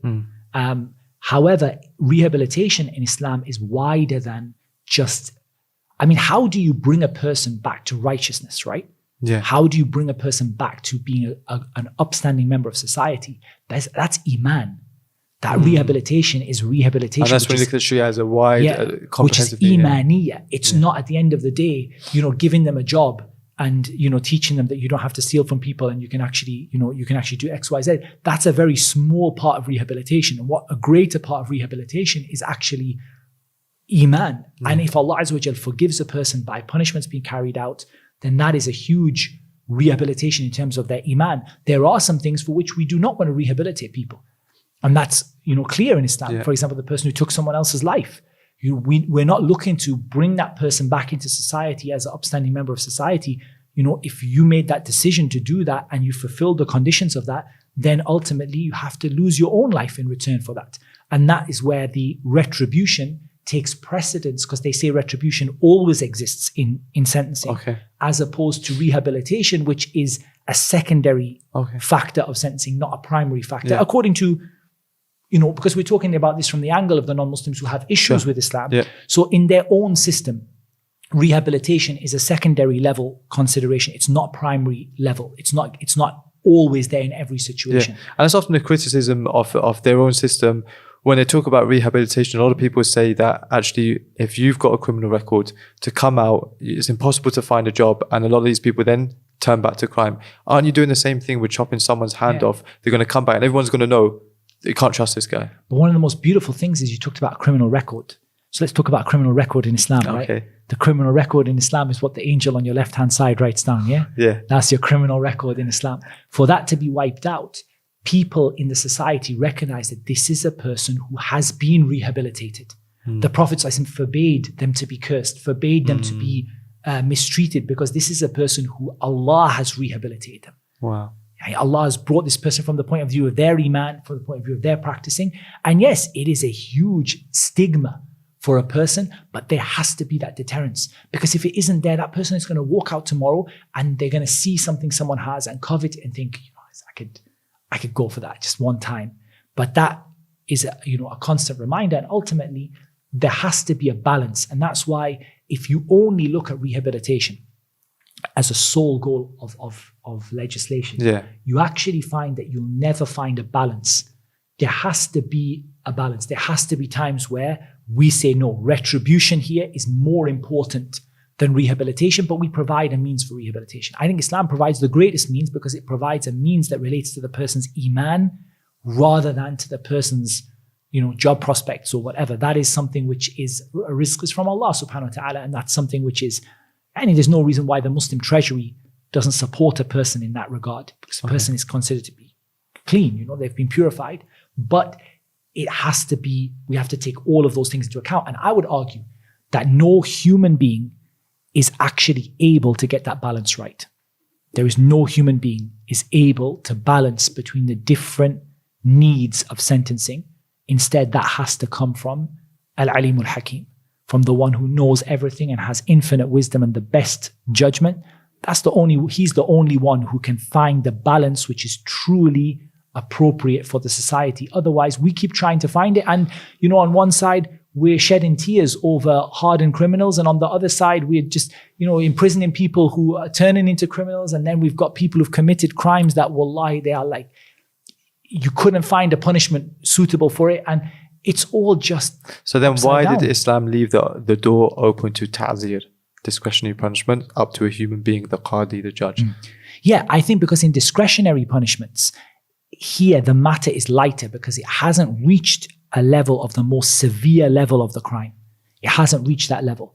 And so the discretionary punishment that is available to the judge has guidelines now. Because the purpose here is now achievable within the framework of the law sent down by Allah. Now, it's not that the judge doesn't just sit there and pick a punishment like, what have we got today? We haven't lashed anyone for a few hours. Right. All right, yeah, go on, let's lash them. It's not like that. The judge has a framework and guidelines in which to act. But at the end of the day, they are looking at these things. They are looking at how do we deter people from doing it? How do we rehabilitate this person? Because this discretionary punishment typically, not always, but typically there is rehabilitation after it. Typically, there are some cases that scholars differed about whether a person can be killed in discretionary punishment or not, and so on. And the judge has more, it's something which hasn't reached that high level of severity or commonality that's so common and so normal in society, like these things which Allah Azza wa Jalla has given us prescribed and specific punishments for. Allah doesn't burden a person with what they can't bear. So it must be within the ability of the judge to give out these discretionary punishments under the concept of ijtihad and so on. Okay, let's move on to something which I would hope everybody agrees with. This is a crime and it deserves to be punished, which is the issue of murder, which no doubt probably featured in your search history the other night. Yeah. What is the punishment in Islam for murder? Okay, so typically in terms of murder in Islam, the concept that we have in Islam is the concept of qisas, okay, which is a life for a life. And that is something which is well established in the Torah. Just before we go into some of those things, doesn't that sound a bit mafia-ish? Like, you kill one of ours, we're going to kill one of yours. And then you see this in gang culture, just constant killing back and forth. Yeah, I think if you are talking about vigilantism, then I think that's a valid point. But I think when you're talking about a legal system, it's not, because here this is a punishment which is revealed by Allah, which is carried out by the state, not by the other person. Now, that could be said, and some people do misunderstand that in the ayah in Surah Al-Isra, in which Allah Azza wa Jalla said, وَلَا تَقْتُلُوا النَّفْسَ الَّتِي حَرَّمَ اللَّهُ إِلَّا بِالْحَقِّ وَمَنْ قُتِلَ مَظْلُومًا فَقَدْ جَعَلْنَا لِوَلِيِّهِ سُلْطَانًا فَلَا يُسْرِفْ فِي الْقَتْلِ إِنَّهُ كَانَ مَنْصُورًا. That do not kill the soul that Allah has prohibited except with right. For example, the person who committed adultery, who who is married, and so on and so forth, which we've discussed. And whoever is killed in oppression, we have certainly given for his wali, yani his close relative, we have given them a sultan, we have given them authority. فَلَا يُسْرِفْ فِي الْقَتْلِ. So don't let that person exceed in the killing by killing more than the person who killed, yani, like as in retribution and vigilantism and so on. This person will certainly be aided. This doesn't mean that the sultan that is given here, that the wali of the person who is killed, just takes his sword out and goes and finds the killer and kills them. This is actually the law of either carrying the punishment or forgiving the punishment, because we know that the wali of the person who is killed is given a choice of three things. Okay. In a case of murder. Now bear in mind, Islam distinguishes between murder and what is typically called manslaughter, or what in America they call first-degree murder and second-degree murder, and so on. Like accidental murder. Yeah, murder where it's not. And Islam actually puts very stringent description and rules as to what constitutes murder for which a person can lose their life, and what constitutes, what would sometimes call second-degree murder, or accidental killing, or manslaughter, where a person has taken actions which resulted in the loss of life of a person, but it doesn't reach the level of murder. Okay. So in the second degree one, where it doesn't reach the level of murder, then the punishment is blood money. And it is that blood money is taken and the person doesn't lose their life for that. There are actually 3 degrees of killing in Islam. There is accidental killing. There is probably what I would term a good word for it is manslaughter, or something which sits between murder and accidental killing. It's not completely accidental, nor does it match the standards of murder. Okay. And that one, there is a higher amount of blood money in it.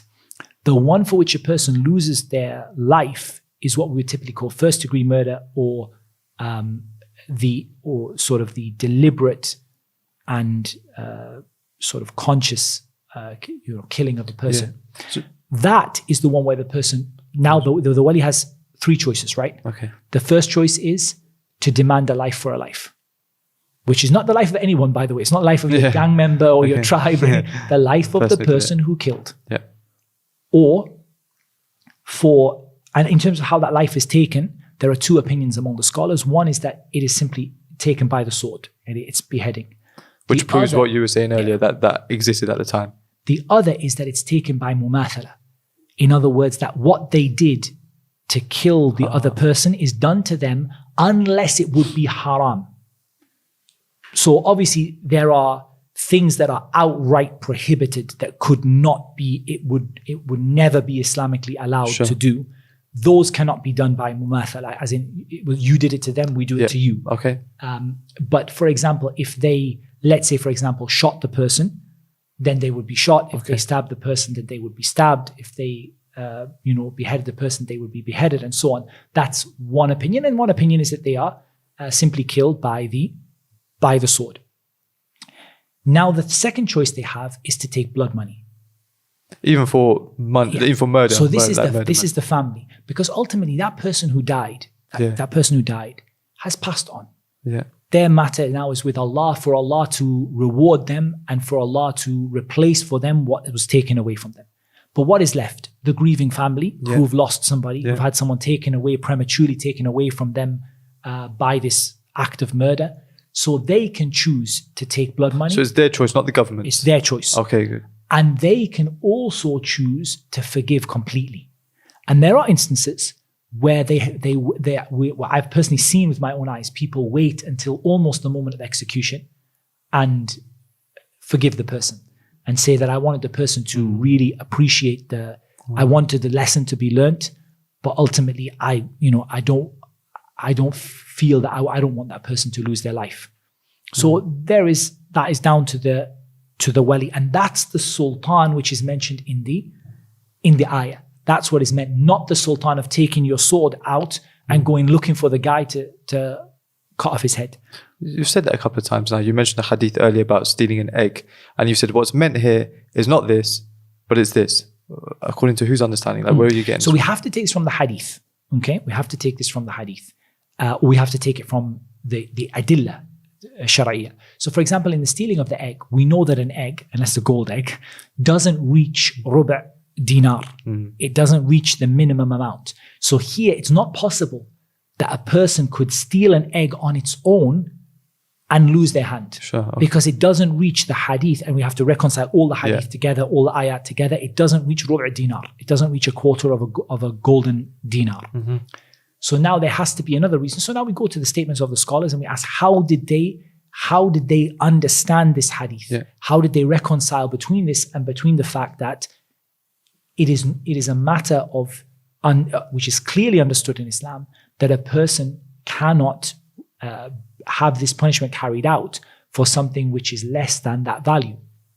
And generally, what I believe to be the proper or the stronger opinion in this is that it talks about the consequences, that somebody steals an egg and then tomorrow they steal something else, and then the next day and the next day, until it reaches a point where they start stealing things of value. And then the consequence of stealing that egg is that they ended up with the punishment carried out upon them.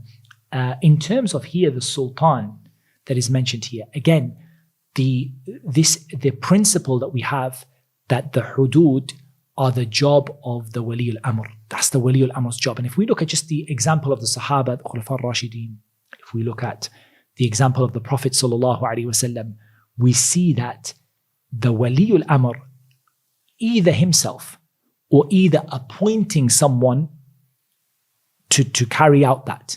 But it's not the case that we have vigilantism in the religion of Islam. So you have statements of, like, at the time of the Prophet sallallahu alaihi wasallam, Umar ibn al-Khattab radiyallahu anhu, when something happened, he said, "Let me chop his head off." He's not the government.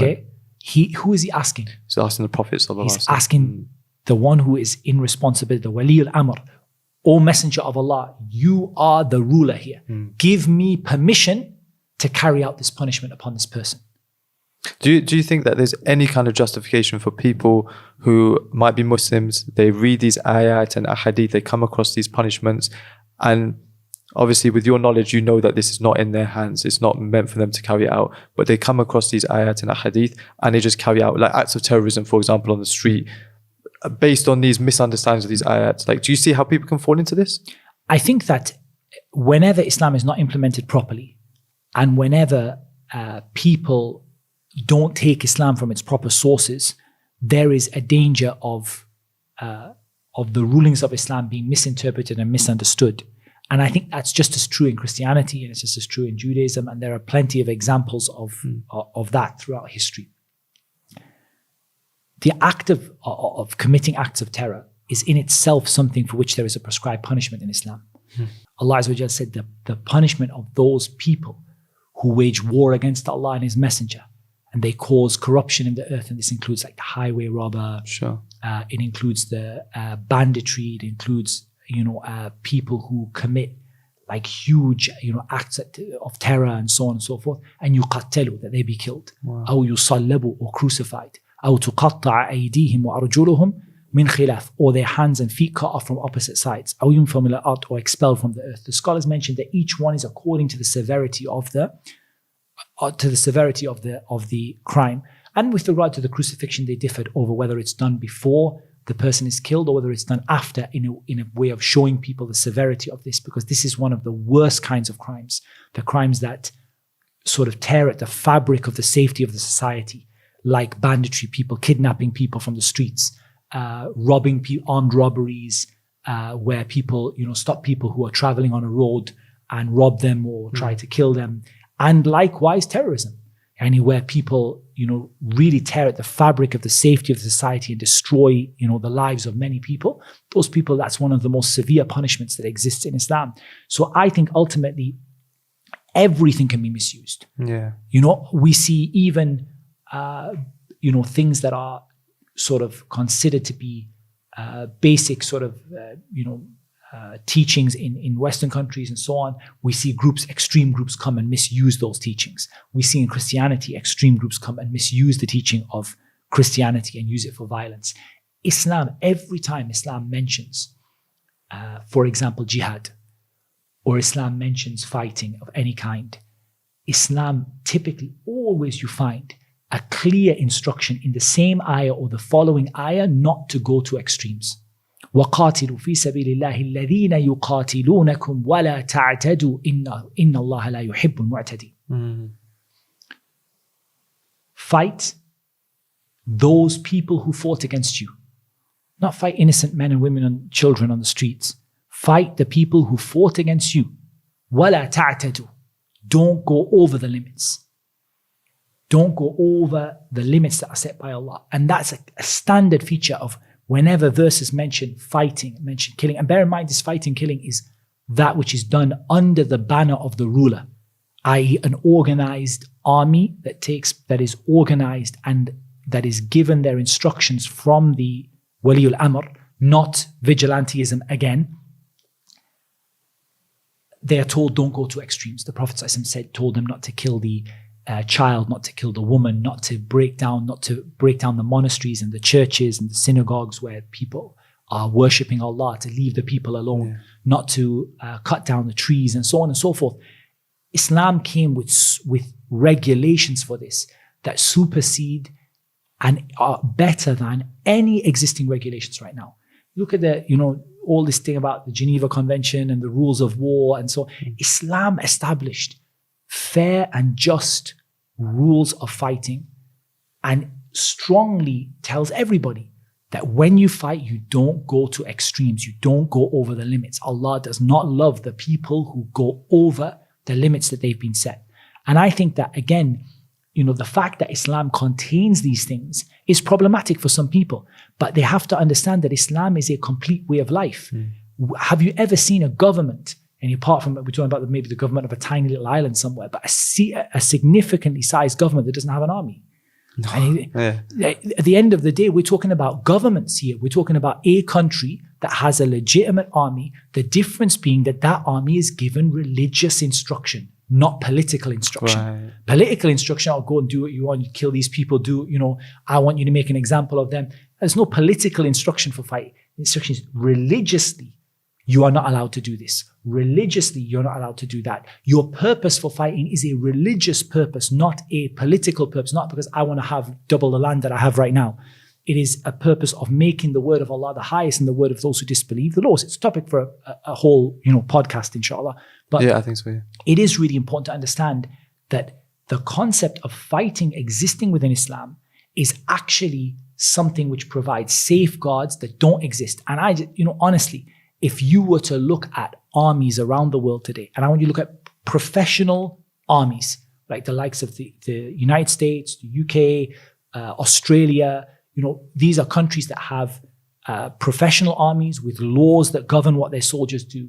The abuses from those soldiers have been significant and consistent, not one-off. True. They have been regular and consistent time and time again in war after war. They've been convicted in their own courts of doing so. Yeah. So this is something really that ultimately people who are fighting need religious guidance. Yeah. It's not barbaric. It's that you say to somebody, when you go out and fight, first of all, that this is done as part of a legitimate army that is organized and that is given its instruction from the government of that Muslim country. Secondly, that you, under no circumstances, whether your commander tells you or your governor tells you or the ruler tells you, are you to kill innocent men, women, and children who are not people who are not fighting against you. You are not to, to attack people who are worshipping Allah in their private places of worship, and so on and so forth. That to me is something which we should be proud of, not something that we should be running away from and hiding behind. The fact that people may abuse that, I think, to be honest, people will look for any justification to do something. And anytime Islam is not implemented properly, it's open to It's never abuse. The fault of Islam, it's the implementation of the people. Absolutely. And it's our job to educate people about that and to stop that from happening. And that's, I believe it's important. I'm not a person who thinks that we should shy away from the problems that exist in our ummah today with young kids who Yeah. fall into extremism and so on, we need to go out and tackle that. We need to show them that this is wrong, and we need to show them the evidences from the Quran and the Sunnah and the actions of the companions radiallahu anhum, which prove to us that this is not a part of Islam. And when we do that and we publicize it and we say so openly, that will naturally decrease the number of people who go down that route. Okay, let's go back to the issue of murder. What kind of conditions are in place here to make sure there's no miscarriage of justice or any of those other things? So again, we go back to the same principle, al-hudud tudra'u bil-shubuhat, that any kind of shubha. So that you mentioned this a few times, that this doubt, this issue of doubt, any kind of doubt means that the prescribed punishment is. Who's in charge of identifying whether this is a doubt or this is not a doubt? Like, so there are two things. First of all, you have the Sharia as a whole, as a legislation, the Islamic law, which gives us framework and principles within which to work. And you have a judge who is responsible for looking at this case and who is responsible for taking submissions from the people. So, for example, the person comes and says, I did not do this. Or I don't believe this happened, or I was not sane at the time, or anything like that. For example, someone claims insanity. Of course, the judge is going to look into the reality of that. They're going to take medical testimony. They're going to look into the reality of whether that person was sane or insane. But that is a shubha at the end of the day. Fine. It needs to be investigated. It needs to be investigated, because if it is true that the person was not in possession of their full faculties, then we can't carry out the had upon them. There can be the potential of ta'zir, of discretionary punishment, but there can't be the prescribed punishment can't be carried out. I think one of the limits that we have, or the limiting factors we have in cases of murder, is that we have the three levels. The fact that not everyone who is killed is considered to be of this high level of murder that entails qisas, that entails retribution, but instead it depends on what was intended. So let's give an example. You have accidental killing. So accidental killing is something where the person didn't take any steps to kill that person, but the end result was that the person died. So it could be, for example, you're driving your car and someone runs over driving your car, but you're not driving your car. This issue of driving the car dangerously is one that needs some looking into. But you're driving the car in fairly normal way, and you hit somebody. At the end of the day, you caused them to die, but you didn't murder them. Accidental killing is one level, but the next level up is this kind of, I don't know how to frame it. In between that and murder, that sort of semi-accidental. Is where a person might, for example, to give an example, someone goes to actually hurt somebody, right? But they aim to hurt someone with something that la yaqtulu ghaliban. It would not be expected to cause them to die. It wouldn't be expected that they cause them to die. For example, let's just say they punched them a few times. They wanted to hurt them, but they didn't do so in a way that you would expect that person to die, but the person died. So now this is the next level up. Murder, even if a person was to say, I didn't intend to kill them, but they took steps that would be expected to result in someone's death. Right. For example, they stabbed someone to death. And he said, well, I didn't intend to kill him. I just intended to hurt him. I wanted to stab him just a couple of times and hurt him. He died. Sorry, but when you pulled a knife out and you stabbed that person, you did something that is expected typically to result in someone's death. That is quite conceivable. That is considered to be murder in Islam of the highest degree. Even if the person's final intention was not to actually kill that person, but it was to cause them severe harm, but they did so with something which is expected to kill somebody. Understood. Like they shot them and they said, I was only trying to shoot him in the leg or in the arm or something. But ultimately, you pulled the gun out, you pulled the trigger. You know what typically happens when you shoot a person is that there is a high chance of that person is going to die. Then that is considered to be. That makes sense. That's considered. What about the issue of witnesses? Does that play a part in murder? Absolutely. Witnesses are a part of all of the Islamic punishments and the Islamic legal system. Is you have to have witnesses. We said that zina is extremely high standard of witness, to the point where it's probably almost impossible. It almost has no existence.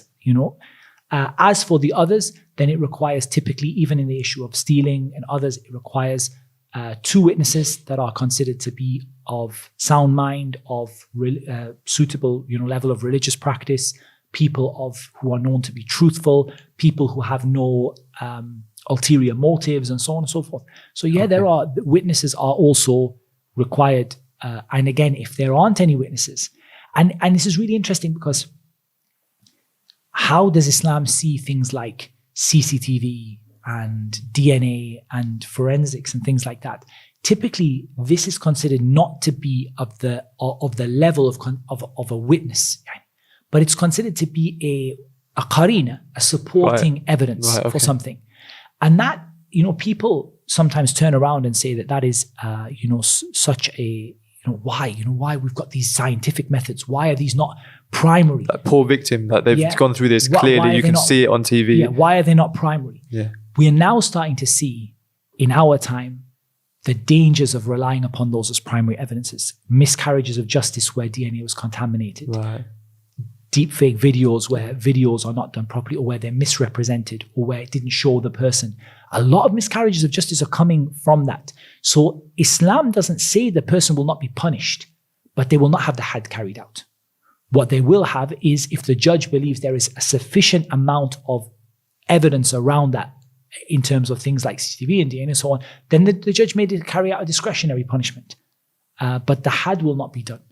And I think that if you were to look at, even though in the beginning when these things came out, people believed they were the answer to everything, I think if you look now, we've seen significant numbers of miscarriages of justice around these areas, which do make sense that they should fall under discretionary punishment rather than the had. And the had really has a very high standard of proof. But isn't there an argument that the same thing could occur with 2 human beings? The eye could be flawed. They could be seeing something that they thought they genuinely did see. They're 2 witnesses, but they didn't see it quite right. But I suppose that would then be the doubt. That would be the doubt. And also it's the judge's job to make sure that this is investigated properly. The point is that Islam put a very, very high standard, higher typically than what I would say exists in modern legal systems. The standard of proof, or the burden of proof in Islam, is typically higher than most modern legal systems.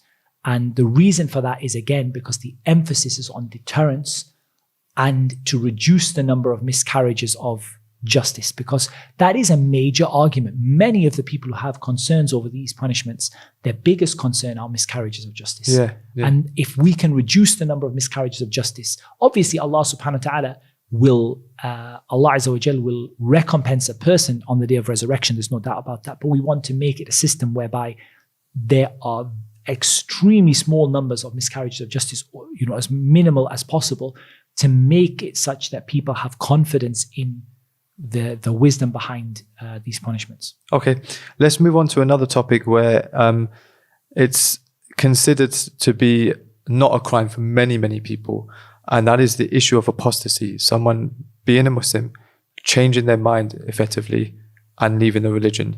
What's the ruling on this? So there's no doubt that the punishment for apostasy is death. It's capital. It's a crime that is considered to be worthy of capital punishment. And I think there are a couple of things that you need to bear in mind. I think it's what really interests me about apostasy and the punishment for apostasy is who would actually have this punishment carried out upon them. Okay. So let's say a person decides that I no longer want to be a Muslim. Okay. First of all, what is the punishment that person is going to get on the day of resurrection? It's huge. Eternal punishment, hellfire. Yeah. Yeah, we all agree on that. Yeah. I would say having a severe punishment in this world is a significant blessing and mercy in comparison to what the punishment is in the hereafter in terms of discouraging people from going down this route. But let's keep on this topic. Individual makes that decision personally. What they're going to do? They decide, I'm going to leave this Muslim country. I can't live here anymore. They decide to leave. They privately, get on a plane. They go to a non-Muslim country and they live happily ever after until the punishment of Allah comes upon them, and that's their issue. What if they've got family in the Muslim country? They want to remain there. They want to live their life like a normal citizen. Okay, so they live their life like a normal citizen. But they don't publicize their beliefs. You're going to see what I'm coming to in a second, yeah? Okay, but they're eating during Ramadan and people are saying, why? It's a difficult life to live. Yeah. You have to pretend to be a Muslim. Difficult life to live. Yeah, difficult life to live. The other person publicizes it, invites other people to it, says publicly that I have renounced my religion, like the munafiqun used to do as well in the time of the Prophet ﷺ, where one of the phases they went through was they went through a phase of telling people that they were Muslim, and then at the end of the day they would say to the people, we've renounced our religion, in order to make other people renounce their religion. This is the one who you expect the punishment of apostasy will be carried out upon. Okay, I want to go into two questions there. First of all, you mentioned, which me and you would both agree, that the punishment from Allah after death on the Day of Judgment is eternal hellfire for this person. How would you approach this conversation with a non-Muslim who doesn't necessarily believe in that, yet you're still advocating for this huge punishment for apostasy in this world? I think that ultimately you have to take this discussion in the context of the whole of the religion of Islam. I don't think you can take this discussion out of the religion of Islam and the existence of God and the right of Allah to legislate. And, I don't think you can just take this out of there and keep it on its own. You have to have muqaddimat. You have to make the person has to understand the existence of God, the law of God, the right of God to be worshipped alone, the crime of making a partner with God. And that has to be there. Otherwise, you're trying to have a discussion based on no foundation. There is nothing you agree upon. And people say, I don't believe God exists, so why is there a punishment for apostasy? That's like saying, I don't believe that murder is wrong. Why is there a punishment for murder? At the end of the day, we have to have some kind of common ground that we stand upon. Okay, the second question I have is that you mentioned that the person who makes a private, personal decision that I no longer believe in this religion, as long as they don't go out publicizing it, then I don't see how the punishment would be. How would they be discovered? That's fine. My point in this is not actually that they shouldn't be deserving of the punishment. I believe they're deserving of it. It's actually that I believe that the person this is really targeted towards is to stop the spread of apostasy in the society. It feels a bit now that you're a revert yourself and you were previously a Christian. Okay. And you were living in a non-Muslim country. And then you decided that Islam is the truth, and you've gone on to publicize that and even call people to it. And imagine if that was a rule in Christianity. Yeah. Where would you be? Where would I be? I wouldn't be. I've announced my Islam in that country. I would have quietly made my way out to a nice Muslim country and then stood, on the minbar Yawm al-Jumu'ah and said to everyone, I've become a Muslim and I'm not going back to that country because those people are going to execute me for choosing the truth. I mean, I don't think you can compare Islam to anything else. But I do see where you're coming from. But I just personally here in this issue of apostasy, I really think that when you see the wisdom of what this does to the whole society and the severity of this crime and the severity of what it leads to and the need for deterrence, the need for retribution and the safeguard, the fact that this guy is caught and then just the punishment is carried out, that opens up to some questions. But the fact that they're given an option to recant, to repent, and they still persist with it, I think, a person, if it was the other way around in Christianity, you've got two choices. Either you die as a martyr, or either you keep it quiet and get out of the country. And what did the Sahaba do in Mecca when they were under threat of being killed for choosing their religion? Some of them sacrificed themselves and some of them concealed their Islam until they could leave. Okay. I think that is reasonable when this law is publicized and known about.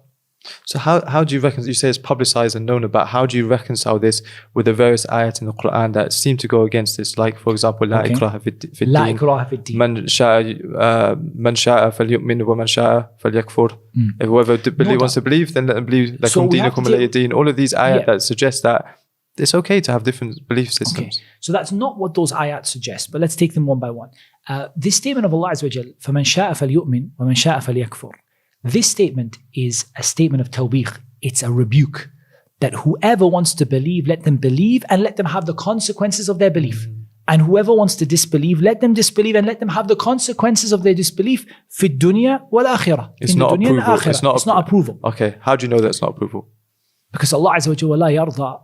Allah Azza wa Jal la yarda li ibadihi al-kufr. Allah Azza wa Jal is not content for his slaves to disbelieve. He's not pleased for his slaves to disbelieve. Is there a clear-cut ayah in the Quran that says Islam's the only religion? إن الدين عند الله الإسلام ومن يبتغي غير الإسلام دينا فلا يقبل منه وهو في الآخرة من الخاسرين. So you have to understand those verses in light of the clear-cut. Okay. As for لا إكراه في الدين, this is actually something which again is completely true. Some of the ulama said this ayah is mansukha. It's been abrogated by the ayat of jihad and so on. However, the correct opinion is that it's not abrogated here.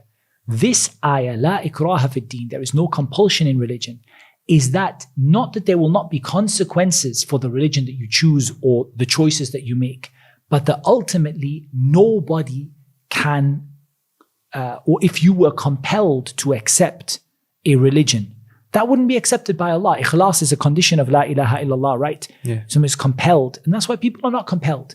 There is no compelling. And that's why the hadith of the Prophet ﷺ, umirtu an uqatil an-nas. It doesn't say umirtu an aqtul an-nas. I was commanded to slaughter the people. I was commanded to fight against the people. They're given an option.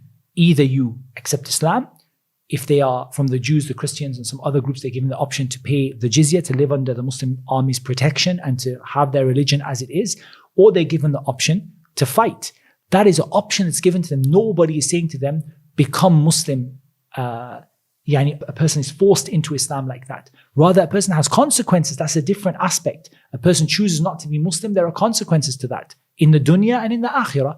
But that isn't a compulsion. Okay. Ultimately, if a person was compelled to accept a religion, that wouldn't be accepted from them. You have to accept Islam freely. You have to choose. And the last ayah, lakum dinukum waliya din, the popular ayah, what is this meaning? To your religion and to us, our religion. This is explaining the difference or the distinguishing or the bara'ah, the freedom of the Muslim, the disassociation of the Muslim from other religions. It's not permitting them like that. It's okay to have your religion. That's not what it says. You have your religion. I have my religion is distinct from your religion. And let's simply just look at the first ayat. قل يا أيها الكافرون لا أعبد ما تعبدون ولا أنتم عابدون ما أعبد ولا أنا عابد ما عبدتم ولا أنتم عابدون ما أعبد. All of the tafsir of the ayah is found in the first ayat.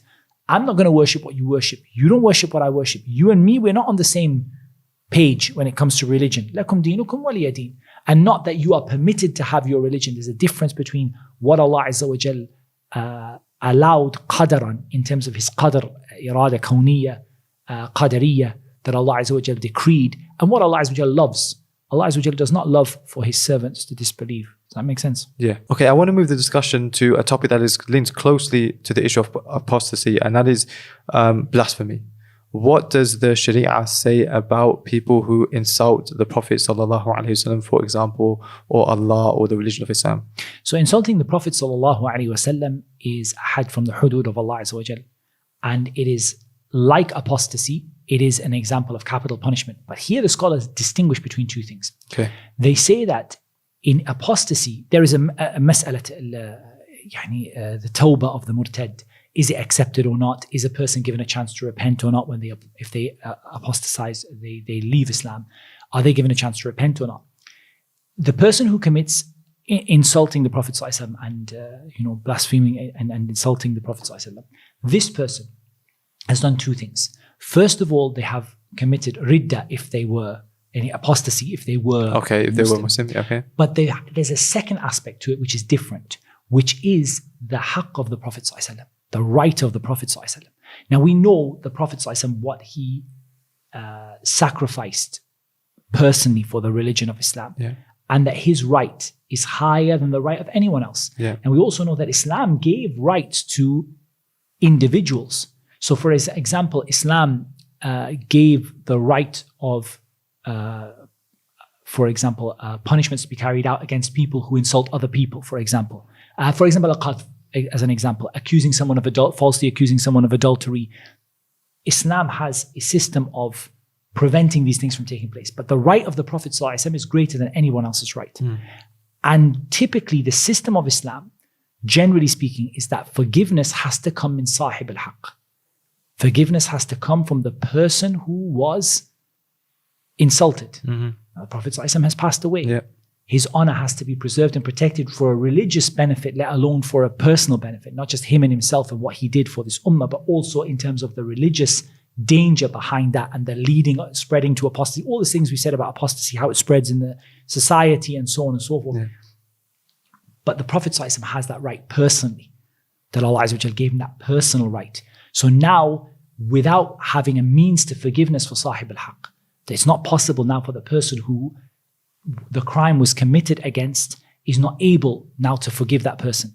So in this case, the punishment has a different aspect to apostasy. And that's why the scholars differed over the issue of the tawbah of the person who insults the Prophet ﷺ. Right. They insult him and then they make tawbah from that. I think it's a very public statement of defiance. It's not something which is, again, done privately, and that we've discussed that in apostasy. We'll not go back around that discussion again.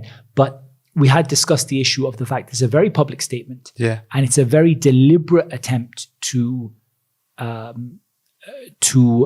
personally attack the Prophet ﷺ. He has a right that is given to him by Allah Azza wa Jal. That right is more than deserving if we look at his position in terms of what he's done for this religion, and his position in terms of the best of mankind, and the fact that Islam gives similar rights in terms of the right for your honor to be protected, the right for you not to be ridiculed and insulted, is given to everybody in society, Muslim, non-Muslim, who are living within that Muslim society anyway. The fact that his right is a level above that is, again, fairly consistent in terms of that. It does have an aspect of ridda in it. It does overlap with apostasy, but it is different because at the end of the day, it's not only an act of disbelief, whether it's done by a Muslim or non-Muslim. It's not only an act of disbelief and an open act of defiance, but it's also a crime against an individual, not just against Allah. And a crime against an individual typically has to be forgiven by the individual. So that's the reason why there's a difference here between apostasy of someone entering into Islam and then leaving it, whereas this blasphemous act could occur from a non-Muslim. But I really want to emphasize in blasphemy that we have seen cases where the accusation is that blasphemy laws are misused in particular countries in order to punish minorities. And this is something that Islam, if it is true, and I don't make any judgment about, it's not for me to sit here and make a judgment about whether that's actually true or not. But Islam does not in itself approve of or allow for the misuse of blasphemy law. Like, in other words, for someone to just say, oh, I heard my neighbor say this or something like that. Al-hudud tudra'u shubuhat, and we mentioned that several times. The issue of tawbah is an issue which the scholars differed over. Is it allowed? And they differed over the murtad as well. The problem is if we go into too many differences, we might be here a long time. Yeah, of course. There are differences of opinion about whether this person's tawbah is accepted or not. As for the likes of Ka'b ibn Ashraf, for example, and the Prophet ﷺ commanding for him to be killed, this is something where the Sahaba took permission from the Prophet ﷺ. So I want to be clear, there's no vigilantism here. Yeah, they took permission. The Prophet ﷺ said, who will take care of Ka'b ibn Ashraf? Now bear in mind, as the leader of the country, and I want to put this in context. As a leader of a country, aside from religion, as a leader of a country, for him to put a bounty on the head of someone is not something which is unfamiliar to us even in modern times, in terms of the leaders of countries and the heads of government saying, this person, there is a bounty placed on their head. This person, we as a government are seeking to find this person and to carry out an act of capital punishment upon this individual. That is something that is not actually strange, to be honest. It's something which, pick your country, and the United States and all the others, many of them do on a fairly regular basis. The difference in Islam is that there is a reason for it and there is a framework. It's not just for someone to get up one morning and say, oh, get rid of this guy because he's my political opponent. Get rid of this guy. This is something which is a religious, it has a religious framework to it and a religious reasoning. And that is actually a safeguard rather than a cause for abuse, inshallah. Yeah, and I think that safeguard is definitely in place there when the Prophet ﷺ himself is the leader of the country, or the Muslims, for example. As you go down the generations and you have people like Hajjaj ibn Yusuf, for example, do you think that Islam places too much control in the leader of a country and just allows him to do whatever he wants? I don't think that it is that Al-Hajjaj ibn Yusuf is a good example of a Muslim leader. I think that the statement of some of the Tabi'een that Al-Hajjaj is the punishment of Allah upon you is sufficient in order to prove that Al-Hajjaj ibn Yusuf was not a good example. People fled from his rulership into the governorship of Umar bin Abdul Aziz rahimahullah ta'ala. At the same time, some of the people of his time believed that Al-Hajjaj was not a Muslim. They believed that he had left Islam, but we believe that the correct opinion is that Al-Hajjaj was a Muslim. He was a person who was zalim, he was very oppressive, and he killed a lot of people without right, and ultimately he will have to answer to Allah Azza wa Jalla Yawm al-Qiyamah for that. I don't believe that Islam is responsible for that. I think that Islam itself has all of the relevant rules and restrictions, but I think that this is a nature of Bani Adam, that human beings, if they, when they oppress others, no doubt those in power typically have a greater ability to oppress others. And that's why from the 7 who will be shaded under the throne of Allah on the day when there is no shade of it. But the first one mentioned is Imamun Adil, a just Imam. Because when you have that degree of power, you have an army. Look at the world today. Look at democratic, liberal countries and the oppression that they do and the killing that has been done in their name, extrajudicial killings and so on and so forth. This shows us that the most liberal of societies are not free of this. Yeah. I believe that what Islam gives us ultimately is it gives us justice. It gives us a framework how we should live. If we don't live according to that framework and we transgress that framework, we will be responsible. Either in the dunya or either, and more importantly, in the akhirah. So I think why don't we take Umar bin Abdul Aziz as our example of how a Muslim ruler should behave. Of course, there are better examples among the Sahaba, the likes of the Khulafa al-Rashideen and Muawiyah radiallahu ta'ala anhu, ardahu, radiallahu anhum. These are better examples than Umar bin Abdul Aziz.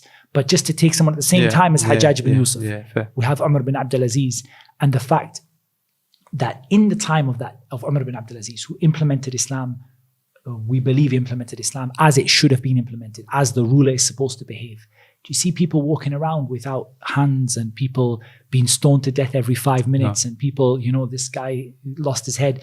To be honest, what you actually see is a time of such safety that it's just, when you read the descriptions and the historical reports of how safe and happy people were in that time, you actually see the value of the Islamic system of punishments and the Islamic system of justice, that when it's implemented properly, the deterrent is so great that people just don't commit the crime. And they said in the time of Umar bin Abdul Aziz, people would come with sadaqah to the extent that they couldn't find anyone to take. Forget about theft. Wow.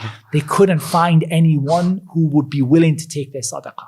And that is what happens when you implement Islam properly. And no doubt in the time of Al-Hajjaj bin Yusuf, there was a great amount of tyranny and a great amount of killing. And that was the result of not implementing the religion properly, as the likes of Al-Hasan al-Basri and others, rahimahullah ta'ala, said. Okay, we're coming towards the latter part of our specific issues that I wanted to discuss. I do want to just talk generally, as people have a general perception of Islam being quite a bloodthirsty religion. And since we're on the topic of killing, there is a hadith in Sahih al-Bukhari that I'd like to read out to you, inshallah. Good. Allah's Messenger sallallahu alaihi wasallam sent us on a mission and said, if you find so-and-so and so-and-so, burn both of them with fire. When we intended to depart, Allah's Messenger sallallahu alaihi wasallam said, I have ordered you to burn so-and-so and so-and-so, and it is none but Allah who punishes with fire. So if you find them, kill them. Don't burn them, but kill them. So here, again, I think we can just answer this all in the context of what we said. We said that now burning with fire is not permissible. It's not a permissible method of execution for the Muslim ruler. And there are some situations in which there are matters where there is a difference of opinion in certain limited situations. But typically, we're going to say that from this hadith we've taken, that's not an option. Yeah. The option is for the Muslim ruler that they are not allowed to take the life of a person illa bil haqq, except with right.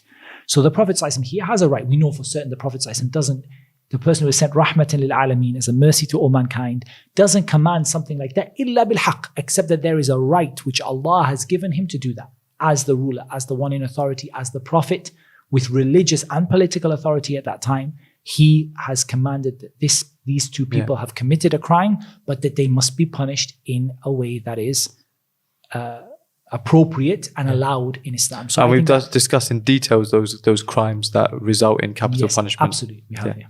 Okay, final thing I want to move on to is, and I really just want to touch on this because I think this probably warrants a podcast on its own, and it's the issue of slavery. You've come to this podcast saying, I'm so proud of the Sharia. It's like the perfect ideal system. If that's the case, then why did it not abolish slavery?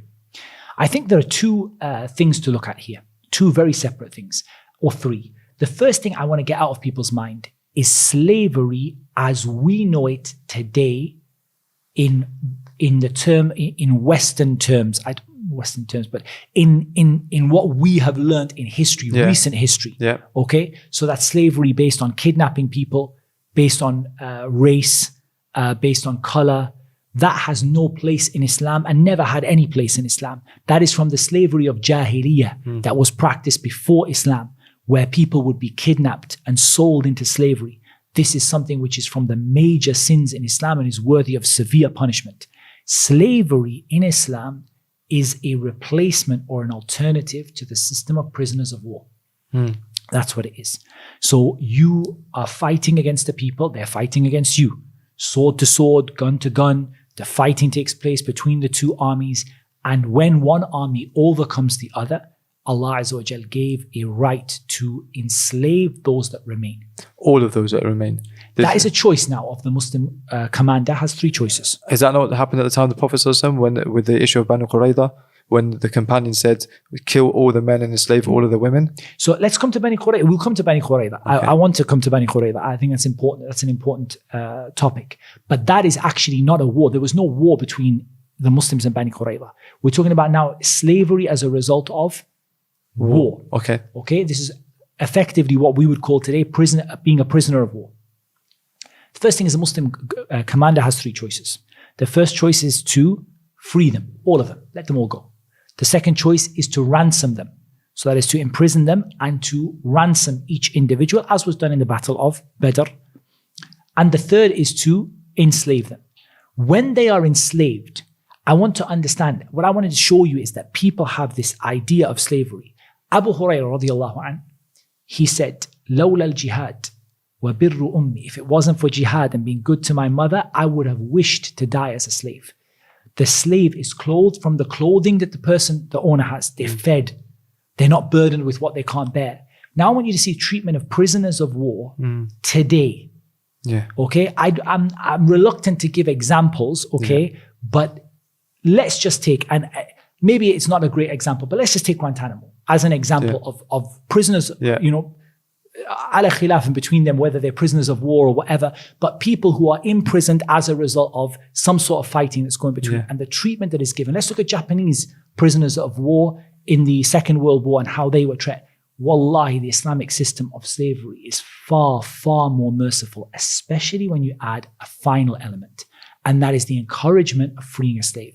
How many sins are there in Islam that the expiation for that sin is فَتَحْرِيرُ رَقَبَةٍ, free a slave? Islam didn't come to enslave people. Islam came to bring people out of slavery to other people and into the slavery of Allah Azza wa Jalla. That's what Islam came for. However, you have to have a system for prisoners of war. What do? We just lock them all up? We lock them all up and then mistreat them, you know, as around the world. And I gave the example of America, not because we're talking about Muslims, but because we're talking about a country that prides itself on human rights and how, you know, force feedings and all that type of stuff that takes place. Or you bring them into your house, they work for you, you clothe them, you feed them, you look after them, and then you free them whenever you mess up. To be honest, there's no comparison really, is there? It really is a system. But the problem is that this word slavery has been tainted by slavery that was based on kidnapping people, that was based on color, that was based on race. That slavery was practiced by who? Not by the Muslims. The Muslims were the ones being enslaved. You know, how many of those people were taken from Africa and brought over to the States in the time of slavery were ulama of Islam, some of them. Scholars of Islam, people who were people of knowledge who were kidnapped for no other crime than the color of their skin, and they were kidnapped and brought to the United States. That's the slavery of the West, not the slavery of Islam. I think that's fine when you're talking about prisoners of war, like you have done. But when I mentioned Bani Qurayza, you actually said that this wasn't a situation of prisoners of war. No, Bani Qurayza was much worse. Okay, so you have a situation where the Muslim army or the Muslims came to people, and Sa'ad ibn Mu'adh said, enslave their women and children, kill everyone with pubic hair, and take their wealth and share it amongst the Muslims. Yes. And you're right that in the context of the Muslim leader, he'd have to go for approval. And that's exactly what he did. And the Prophet ﷺ said, he has ruled by what Allah has sent down. by what Allah judged above the seven heavens. How do you justify that? Okay, first of all, let's understand what Bani Qurayza did, because it wasn't a war between Bani Qurayza and between the Muslims. Okay. What Bani Qurayza did is they betrayed the Muslims in the Battle of the Khandaq. Okay. So the Battle of the Khandaq was one of the worst situations the Muslims had to endure. They had all the armies of the Arabian Peninsula came against them, and they had agreements of oaths and agreements and treaties with various tribes that promised that they would defend the Muslims. Not only did Bani Qurayza break their promise and go back, but they also put the Muslim women and children under threat. And they opened the option to attack the Muslim women and children who were protected in Medina through their treachery. Now, this was an act of treachery. It was not a war situation. This was an act of treachery and an act of betrayal and an act of treason. A treason traditionally is one of the strongest punishments. Even today, in countries which have abolished the death penalty typically, they haven't abolished it for treason. Yeah. There remains on the legal statutes that treason, to that extent, utter betrayal and treason and breaking of your treaties and agreements, especially when it endangers the life of innocent people, is something which deserves a very severe punishment. You don't think... Now, I'm going to come to the whole story now. Now, when the punishment was going to be carried out upon them, these were people who followed the Jewish law. And the Jewish law was more severe than what Islam put upon them. And they knew that. They knew that if they were to be judged by the law of the Torah, that they would actually suffer worse and more horrific punishment than what they suffered at the hands of the Muslims. So what they decided is that they were not happy for the Prophet ﷺ to decide what happened to them.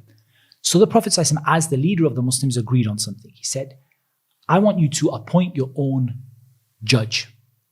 You choose from among the people someone who is going to judge what should be done for this treason and this betrayal that you've done. And I will agree. I will not intervene. Okay. So they chose one of their close friends in Jahiliyyah, Sa'd ibn Mu'adh radiyallahu ta'ala anhu. He was their close confidant, a close ally of them in Jahiliyyah. They said, Sa'd is not going to let us down here. Sa'd is not going to give us any of this, the punishments of the Torah. Sa'd here is going to go easy on us. So Sa'd had been wounded in the battle of the Khandaq radiyallahu anhu, and he was on the verge of death. Okay. They brought him because of this treachery, and they wanted him. And the Prophet said, okay, I will not intervene. I'm not going to intervene in this judgment. Whatever Sa'd is going to judge for you as the Muslim ruler, I am going to agree to his judgment. It's his choice. Mm-hmm. And they said, Sa'd, you know what was between us in Jahiliyyah. And Sa'd ruled that the males, adult males among them, not children, the adult males among them be killed. They're the ones who fought in the war. They're the ones who betrayed. All of the adult males were required to fight in the war. That's how wars work, right? All the adult males, they were the ones who were killed because they were the ones who deliberately peddled that treachery. Mm. Now they have been considered to be at war with us because they committed an act of war against the Muslims. Right. They opened the Muslim women and children to attack. They opened the Muslims to be attacked by the Confederate army from behind. They betrayed the Muslims in a way that was nothing short of treason. Now their property becomes war booty for the Muslims because now this is an act of war now. So we are going to now treat the innocent among you or the ones who are not participating in the war as prisoners of war under the normal rules of prisoners of war. Which we discussed. Under the normal rules of prisoners of war. And those who committed the treachery are going to have to pay the price of treason, which the way that they were killed is far, far less than what they were expecting from the law of the Torah. Yeah. When the Prophet ﷺ heard of the judgment of Sa'd, remember he's put his hands up and said, whatever Sa'd says, I'm going to go with it. I'm not going to intervene.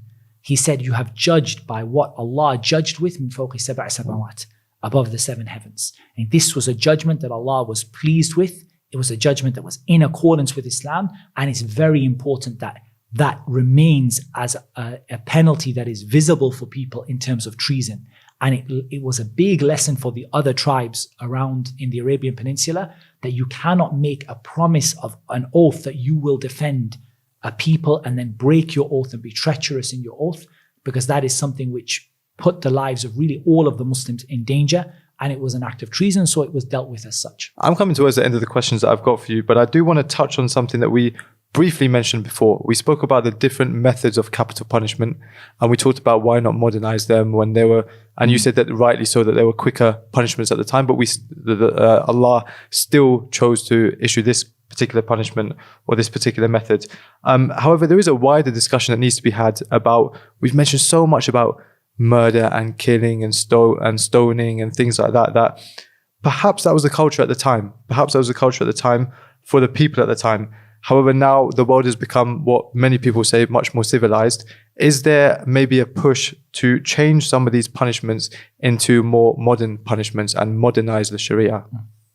So I think there's a couple of answers to that. I think first of all, if you look at the Islamic punishments, we'll set aside stoning as something we've discussed earlier. Yeah. But primarily the punishment being carried out by the sword, that is actually something that is relatively, in fact, out of all of the punishments that are available today in modern times, it's actually one of the most humane and the most sort of, in terms of the way it's carried out, it's easy to carry out. It doesn't have very much room for error. It's relatively quick and painless to the person it's carried out. Yeah, perhaps I'm not talking so about. I'm coming to the point you're talking about. Okay. I'm just sort of saying that I don't, in that sense, I don't see there to be any reasonable grounds for talking about. If you look at the situation with lethal injection right now, if you look at the situation with electrocution and so on, none of those are any better than, and in fact, all of them are worse than what Islam puts forward. That's one point. Now on this topic of modernizing Sharia, I think that first of all, one of the things we have to start with is we have to start with the statement of Allah Azza wa Jalla, الْيَوْمَ أَكْمَلْتُ لَكُمْ دِينَكُمْ وَأَتْمَمْتُ عَلَيْكُمْ نِعْمَتِي وَرَضِيتُ لَكُمُ الْإِسْلَامَ دِينًا. Today I have completed my favor upon you. Today I have completed your religion for you, completed my favor upon you, and chosen for you Islam as your religion. What Allah Azza wa Jalla chose for us on that day is for us today. It's not for us to modify it. It's not for us to need to modernize it. It is the perfect system from Al-Hakim, Al-Alim, Al-Khabir. It doesn't need to be updated. It doesn't need to be modernized. It doesn't need to be changed. And I would provide an evidence for that, not only from the Sharia point of view, but even from the logical point of view, is what I alluded to at the beginning of the failure of modern legal systems to address the problems in the society. It's quite clear that these modern systems are not doing the job. They're just not effective. They're not doing the job. And I think that when you bring Islam as a whole, and I keep emphasizing this, we really have shone a very strong light on the Islamic sort of punishments, legal punishments, things like that, criminal law and things like that. That doesn't show the whole picture of Islam. Islam is not a society where there's just a row of people with swords raised above their heads waiting to chop things off. That's not what Islam is about. And that's never been what Islam is about. You have to put that in context as a necessary deterrent to ensure safety, security, and peace for everyone in the society. That doesn't need to change. It doesn't need to be updated. In fact, we need to go back to that. We need to go back to punishments that actually make a difference, punishments that actually provide some kind of retribution on behalf of the victim, punishments that more than anything stop other people from going into it. وَلَكُمْ فِي الْقِصَاصِ حَيَاةٌ. You have life in the law of retribution. You actually stop people from going down this route.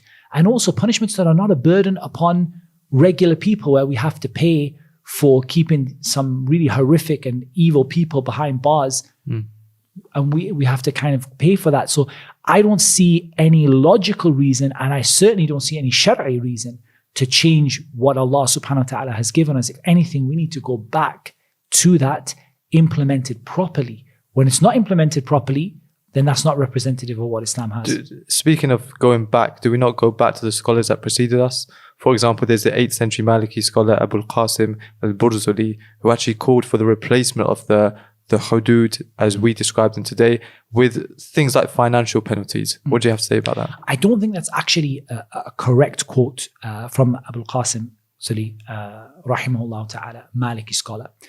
I believe what the discussion is what I alluded to earlier about not about the financial penalties as a replacement for the hudud, but as financial penalties in terms of ta'zir.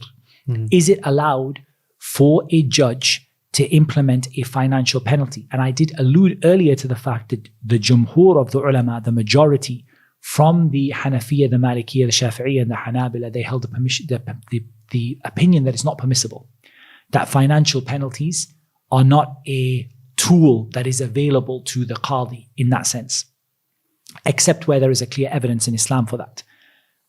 And Shaykh al-Islam ibn Taymiyyah and others, and among them others from those we've quoted, they held the opinion that it is permissible to introduce financial penalties in the aspect of discretionary punishment. That is what I have understood from what I have read. Okay. I did go through the book today, and I did look at some of the quotes earlier on. And from what I can see, and again, we can look at this in more research, we can bring it in the Q&A if there are further things to look at, but what I can see from this is this discussion is about the use of discretionary financial punishment and nothing to do with replacing the hudud. What about the argument that the world has changed, which is evident? I don't think either of us would disagree with that. The world has changed since then. It's become more cosmopolitan, it's become more multicultural. That inevitably will have an impact on things like apostasy. Crime has increased. And yeah, crime is increasing. People are less safe. So these kind of things that have, with even not aside from those facts, which I agree they are facts, but aside from those, even the fact that the technology just changed the way we live. And the day-to-day transactions that are taking place nowadays are just so different. How can we refer to laws that were based around 7th century Arabia and still believe that despite the world changing so much that they're still applicable today? So I think there are two things here. I think first of all, the fundamentals of human interaction haven't changed. Murder is murder. Murder today is murder. Yeah. We haven't got to the level where murder is like someone deleting your social media account or something like that. You know, like murder is murder. Yeah. Zina is zina. And so on. Those fundamentals haven't changed. And those are fundamental human, they are crimes against humanity on a level of humanity. And it's generally in every society, they are considered to be really terrible, horrific crimes. Things like murder, adultery, fornication, and so on. That is one aspect. The second aspect is that, as we've mentioned in several times, Islam provides a framework for dealing with what we call nawazil and mustajiddat. Now, murder is not a nazila. Murder is not something new that turned up yesterday. Neither is fornication something new. Neither is apostasy something new that turned up last week. We also talked about the Jewish law of stoning to death for the one who invites someone to another religion and so on. This is not something that turned up last week. These are not nawazil, they're not mustajiddat. They're not new issues that need to be looked at in the concept of, or in the framework of Islam. They're just simply things that were there before, they're there now, and they have their rulings. However, if there are nawazil, like financial crimes, right? And says, we talked about theft, being theft from a place of safety, a hirs, a place of safety and security. What does that represent in terms of Bitcoin? That is a nazila. It's a new issue that needs to be looked at in light of the Islamic evidences through things like qawa'id, principles, qiyas, analogy, other tools that are available to the mujtahid in order to determine where this sits or what the conditions sit in terms of the laws under punishments for theft. When is it a discretionary punishment and when is it a had min hududillahi azza wa jal? That is something which is looked at in the framework of what Islam has given. There's plenty of guidelines. For example, the use of the word hirs. Hirs here in theft is a place of safety and security that could be potentially considered to be as digital as well as physical, because the word used is broad. But that's for the scholars and the mujtahidun to look at and to analyze and then to apply the rulings of Islam to them. Islam adapts to changes in the world. Changes in the world are nawazil. Allah Azza wa Jal adapts the religion of Islam to them through principles and through the tools that are available in ijtihad. As for things that have always existed and still exist today, those don't need reform.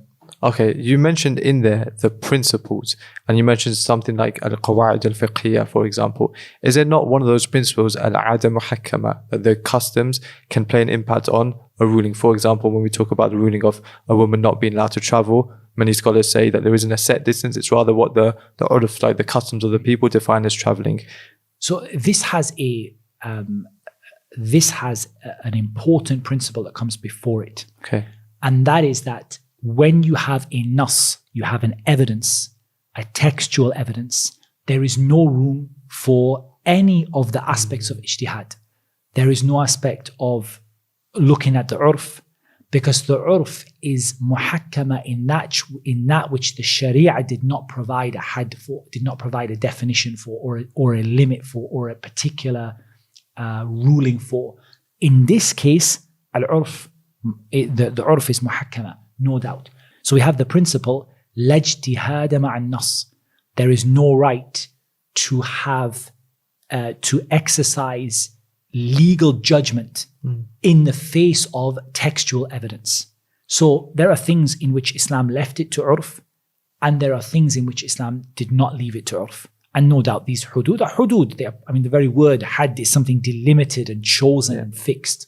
Okay, perfect. I'm going to just move on to some closing questions now, and then I'll give you the chance, if you'd like to take it, to summarize what we've discussed on this podcast today, inshallah. So the first question I have is that these punishments that we've spoken about that apply in a Muslim country with a Muslim government, I'm not talking about necessarily blasphemy or things like that, but I'm talking about theft, for example. Do they apply to non-Muslims living in that land as well? Yes, the rules of Islam apply to all those people who live within that system, who live in that system. So yes, it applies to the Ahlul Dhimma and so on. They may have some specific things that are unique to them. We mentioned the issue of when we go outside of punishment, we talk about jizya and things like that. But broadly speaking, the people of Ahlul Dhimma, they live within the rules of Islam, and they have the safety that the Muslims are entitled to in terms of safety, security, protection, and so on. Okay, would you advocate for Sharia law in the UK? I believe that the Islamic, again, this Sharia law is a very negative, it's a very term that has a very negative connotation. I believe that the religion of Islam being implemented in the UK would bring nothing but good to the people of the UK. It would bring an increase in people's safety and security. It would bring happiness to people. It would make people's hearts have tranquility, because the Sharia is all of that. It's remembrance of Allah, it's the prayer, it's fasting. It's also about having strong punishments that deter people from crimes. I believe that it would bring nothing but good to any place, anywhere in the world. Okay, I want to thank you for your time, first of all, and give you the opportunity, if you'd like to summarize what we discussed, feel free, inshallah. Yeah, I think there are just a few things that I would like to sort of just bring people's attention back to. I think, first of all, that the Sharia is more than just punishments. I think that when we use the word Sharia for punishments, we really give the impression that there isn't anything in Islam apart from punishing people for crimes. And really, it's a tiny, tiny part of the religion of Islam. And it's an important part, but it's a tiny, tiny part. And to look at that alone is really to give, to make an imbalance. And it makes it seem like Muslims have no other concern except this. Really, the goal here, as we've mentioned many times, is deterrence, first of all. Deterrence and stopping people. One person goes through it, 100 people are saved because of it. The second thing is that there has to be appropriate retribution for crimes. There has to be a means of rehabilitation through Iman. Rehabilitation in this dunya and in the akhirah through Iman. Yes, there are times when someone has to be incapacitated, they have to be taken away from the ability to commit crimes again. And there are also issues of restoration, like things like blood money, whereby the family of the victim actually receives some kind of compensation and restoration for the crime that has been committed against them. These are all things that are recognized in Western legal systems as being important. But I believe that only Islam brings those things together and balances between them with the wisdom that is the infinite wisdom that Allah subhanahu wa ta'ala has. I would say that it's a big topic. I would say that it's difficult to cover everything in one topic. So I would say that if there are areas where we need to expand upon, we should do so. If there are things people would like to look into more about, they should do so, because this is my best ability to sort of just explain and clarify. But ultimately, whatever I say that is correct is a blessing from Allah Azza wa Jal. And whatever I said that's wrong, then Allah subhanahu wa ta'ala and His Messenger sallallahu alaihi wasallam and the religion of Islam has nothing to do with that. So it is important that we give that disclaimer. Sure. And otherwise, I think that the more people look into this with a balanced sort of approach and an open mind, they'll actually find that this like every part of Islam, is from the mahasin of Islam, the beautiful qualities of Islam, by which Islam is distinct from others, by which Islam brings to society what nothing else can bring. Jazakallah khairan, Sheikh. Really appreciate your time. وإياكم. It's been a pleasure. سبحانك اللهم وبحمدك أشهد أن لا إله إلا أنت أستغفرك وأتوب إليك.